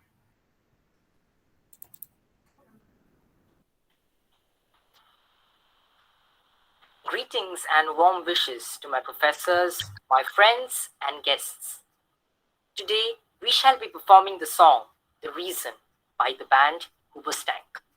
My name is Reet Gupta and I am a first year English honours student of this college. My name is Theoreek Gupta and I am a first year English honours student of this college. So this song is about new beginnings. This song is about that teacher, that friend in our lives, that lover who never gives up on us. And this song is a celebration of that. We hope you enjoy it.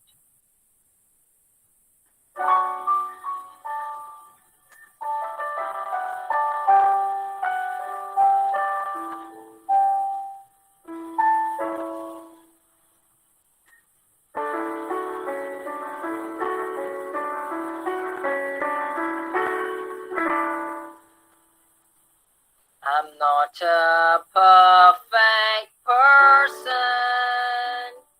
There's many things I wish I didn't do, but I continue learning.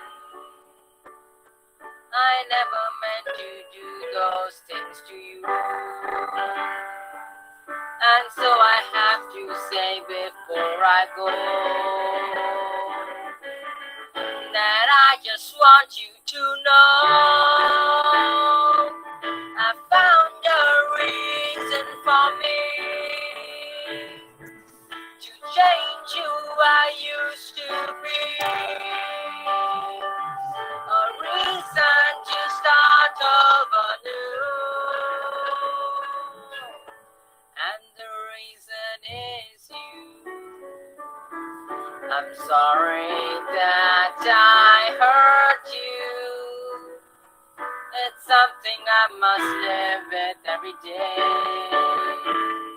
and all the pain I put you through, I wish that I could take it all away and be the one who catches all your tears. That's why I need you to hear. I found a reason for me to change who I used to be, a reason to start over new, and the reason is you, and the reason is you, and the reason is you, and the reason is you.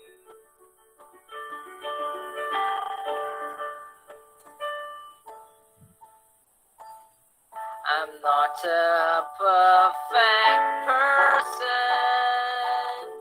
I never meant to do those things to you, and so I have to say before I go that I just want you to know I found a reason for me to change who I used to be, a reason to start over new, and the reason is you. I found a reason to show a side of me you didn't know, a reason for all that I do, and the reason is you.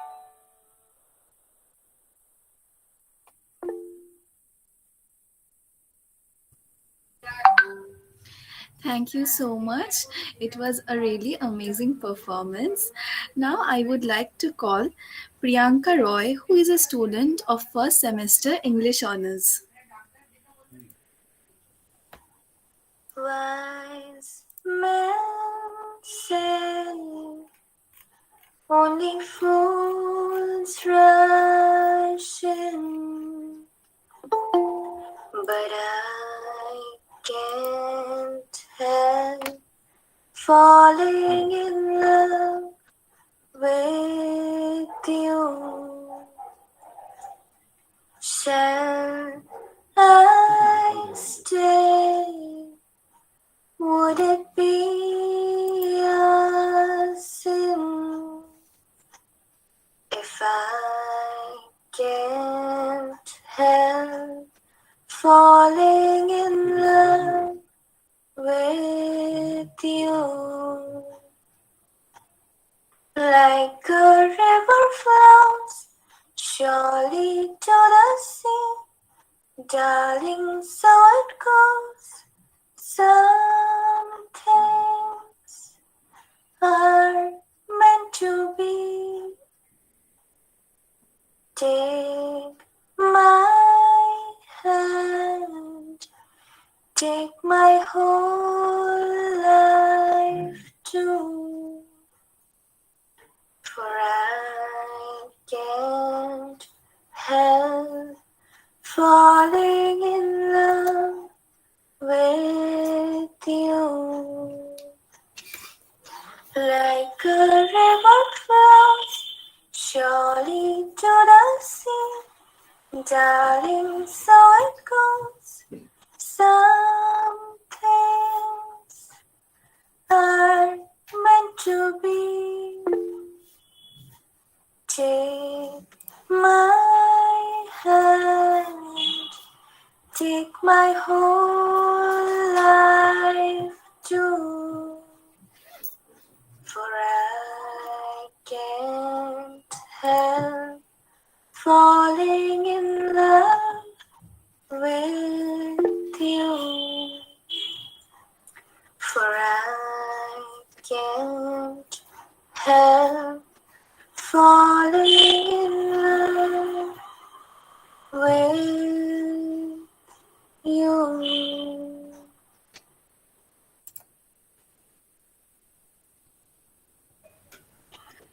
Well, Priyanka, I can't help falling in love with your voice. It was really nice. Thank you so much. Moving on to our next participant, I would like to welcome Bishwarup Chatterjee from English Honours 3rd Sem.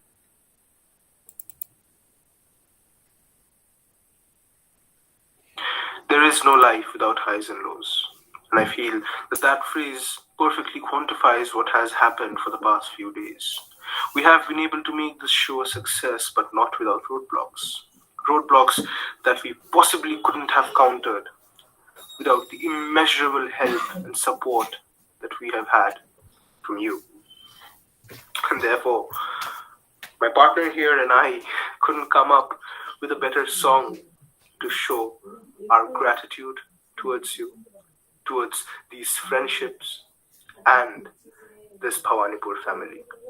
So without any further ado, presenting to you a brilliant composition by Amin Tufani, Gratitude. And I hope I'm able to do justice to this. Thank you.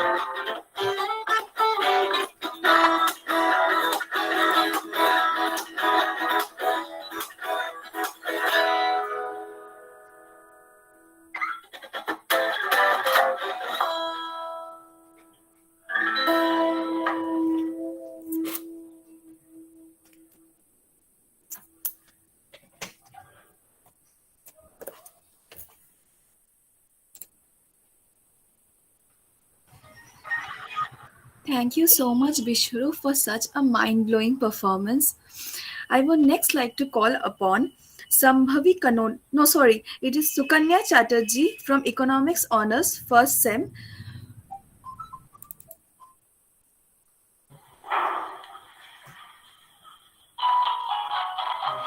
প্রাণ চাই চক্ষু না চায় মরি একে তোর দুস্তর লজ্জা প্রাণ চাই চক্ষু না চায় মরি একে তোর দুস্তর লজ্জা প্রাণ চাই চক্ষু না চায় সুন্দর এসে ফিরে যায় তবে কার লাগে নিষ্ঠায় সজ্জা সুন্দর এসে ফিরে যায় তবে কার লাগে নিষ্ঠায় সজ্জা প্রাণ চাই চক্ষু না চায় মই একে তোর দুস্তর লজ্জা প্রাণ চাই চক্ষু না চায়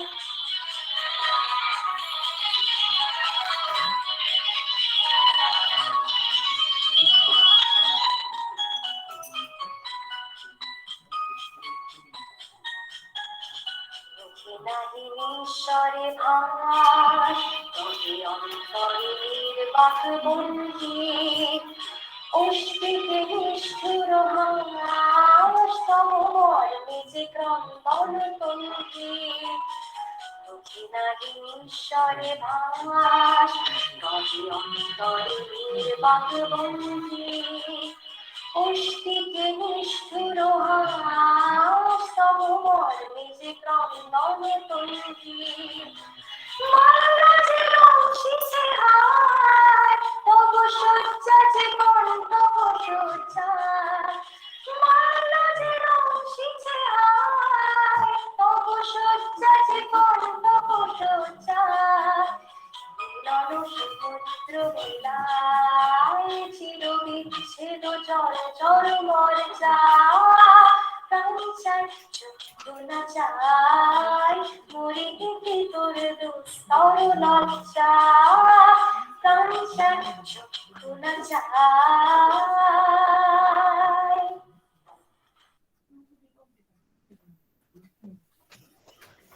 Sukanya, you have a melodious and wonderful voice. Thank you so much. Next, I would like to call upon Sambhavi Kanodia from English Honors, first SEM.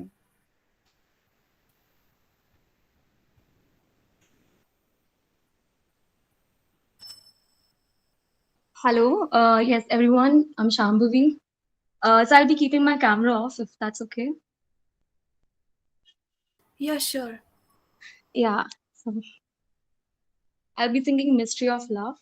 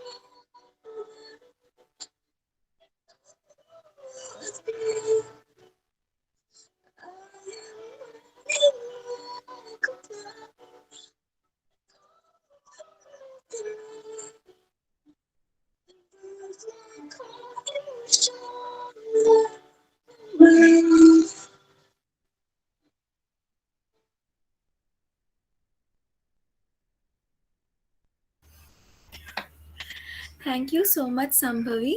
I would next like to call upon. Actually, sorry, I had a network issue, that's why it stopped. Okay, sorry. You can carry on if you want. Okay.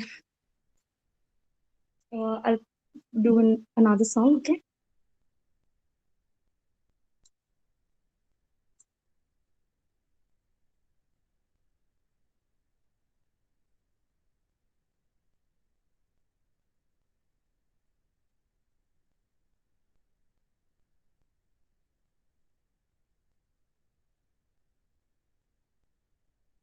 Chinmoy, let's go for the next.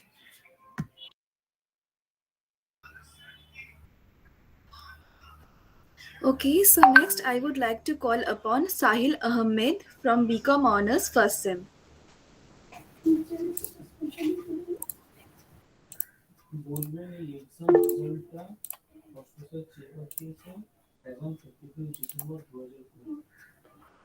Good afternoon, guys. This is Sahil here from BCom Honors first year, obviously.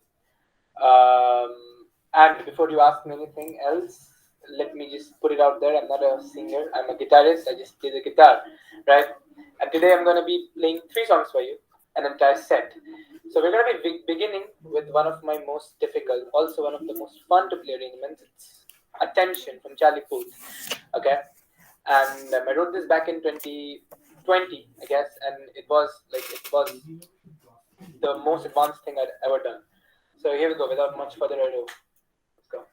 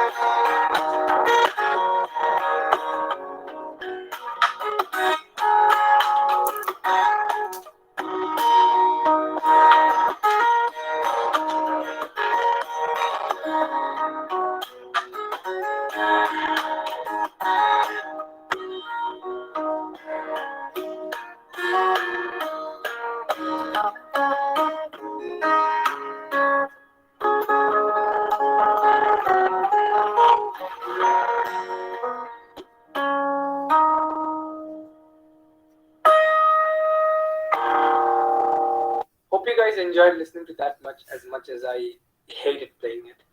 Very, very difficult again. Also, the next one is gonna be again from Charlie Puth because I'm a huge Charlie Puth nerd or fan or whatever. And the next one's gonna be actually a little bit more, I would say, climatic because it's about breakup. And it's about a breakup. It's essentially, that is what I had in my mind, on my mind when I was arranging this track, right? And when I think you already know by the sound of it what I'm gonna play. But if you don't, let me just tell you what this song is called, right? I was just mic testing it, like sound checking it. Okay, this is called "We Don't Talk Anymore" feat Charlie Puth and Selena Gomez, or Selena Gomez feat Charlie Puth. I forgot, but yeah. Hope you enjoyed this.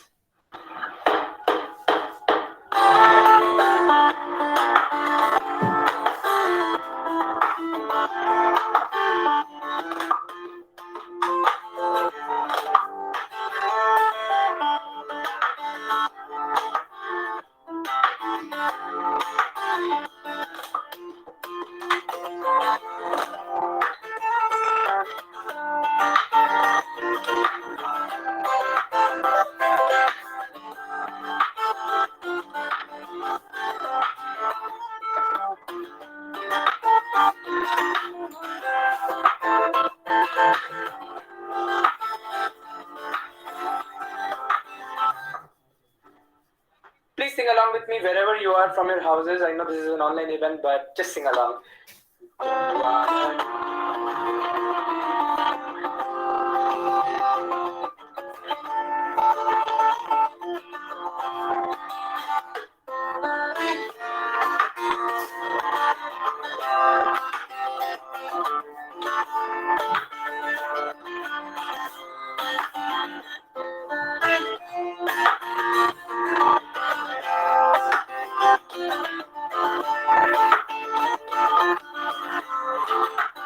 One more time.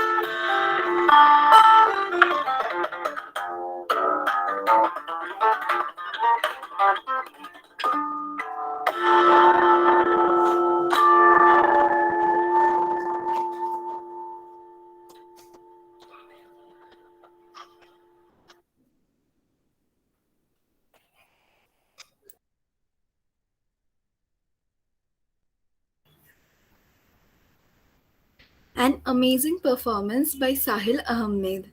Now, we would like to start with the photography session exhibition by Titas of Political Science Honors Third Sem.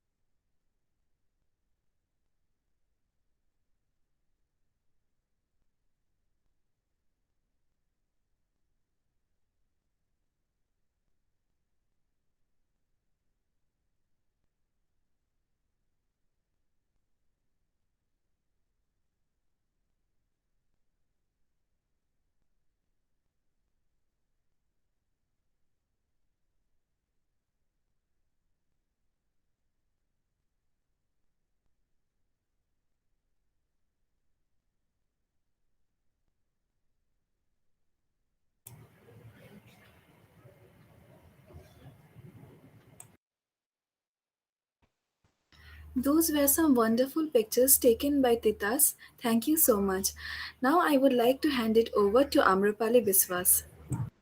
Thank you, Chinmoy. Uh, Heartfelt gratitude to each and everyone who have been able to gather with us today. We have been going through a cursed time, and yet we have been able to harbor this constant faith that things will turn out to be better someday. I'm grateful that we have got such a beautiful opportunity to be able to spend a joyful time all together. A special thanks to Millie ma'am, who have been the backbone of this program, and to thank you to all my professors for engaging us in enriching discussions.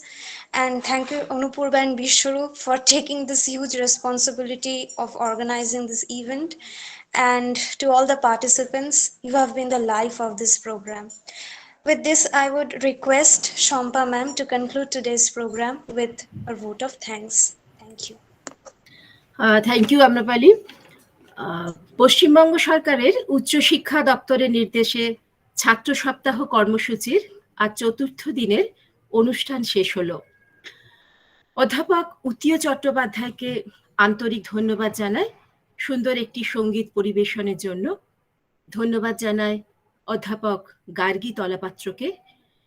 গার্গীর মূল্যবান বক্তব্য সমৃদ্ধ করেছে ছাত্রছাত্রীদের। ধন্যবাদ জানাই অধ্যাপক করণ ভোরাকে সুন্দরভাবে debate coordinate করার জন্য।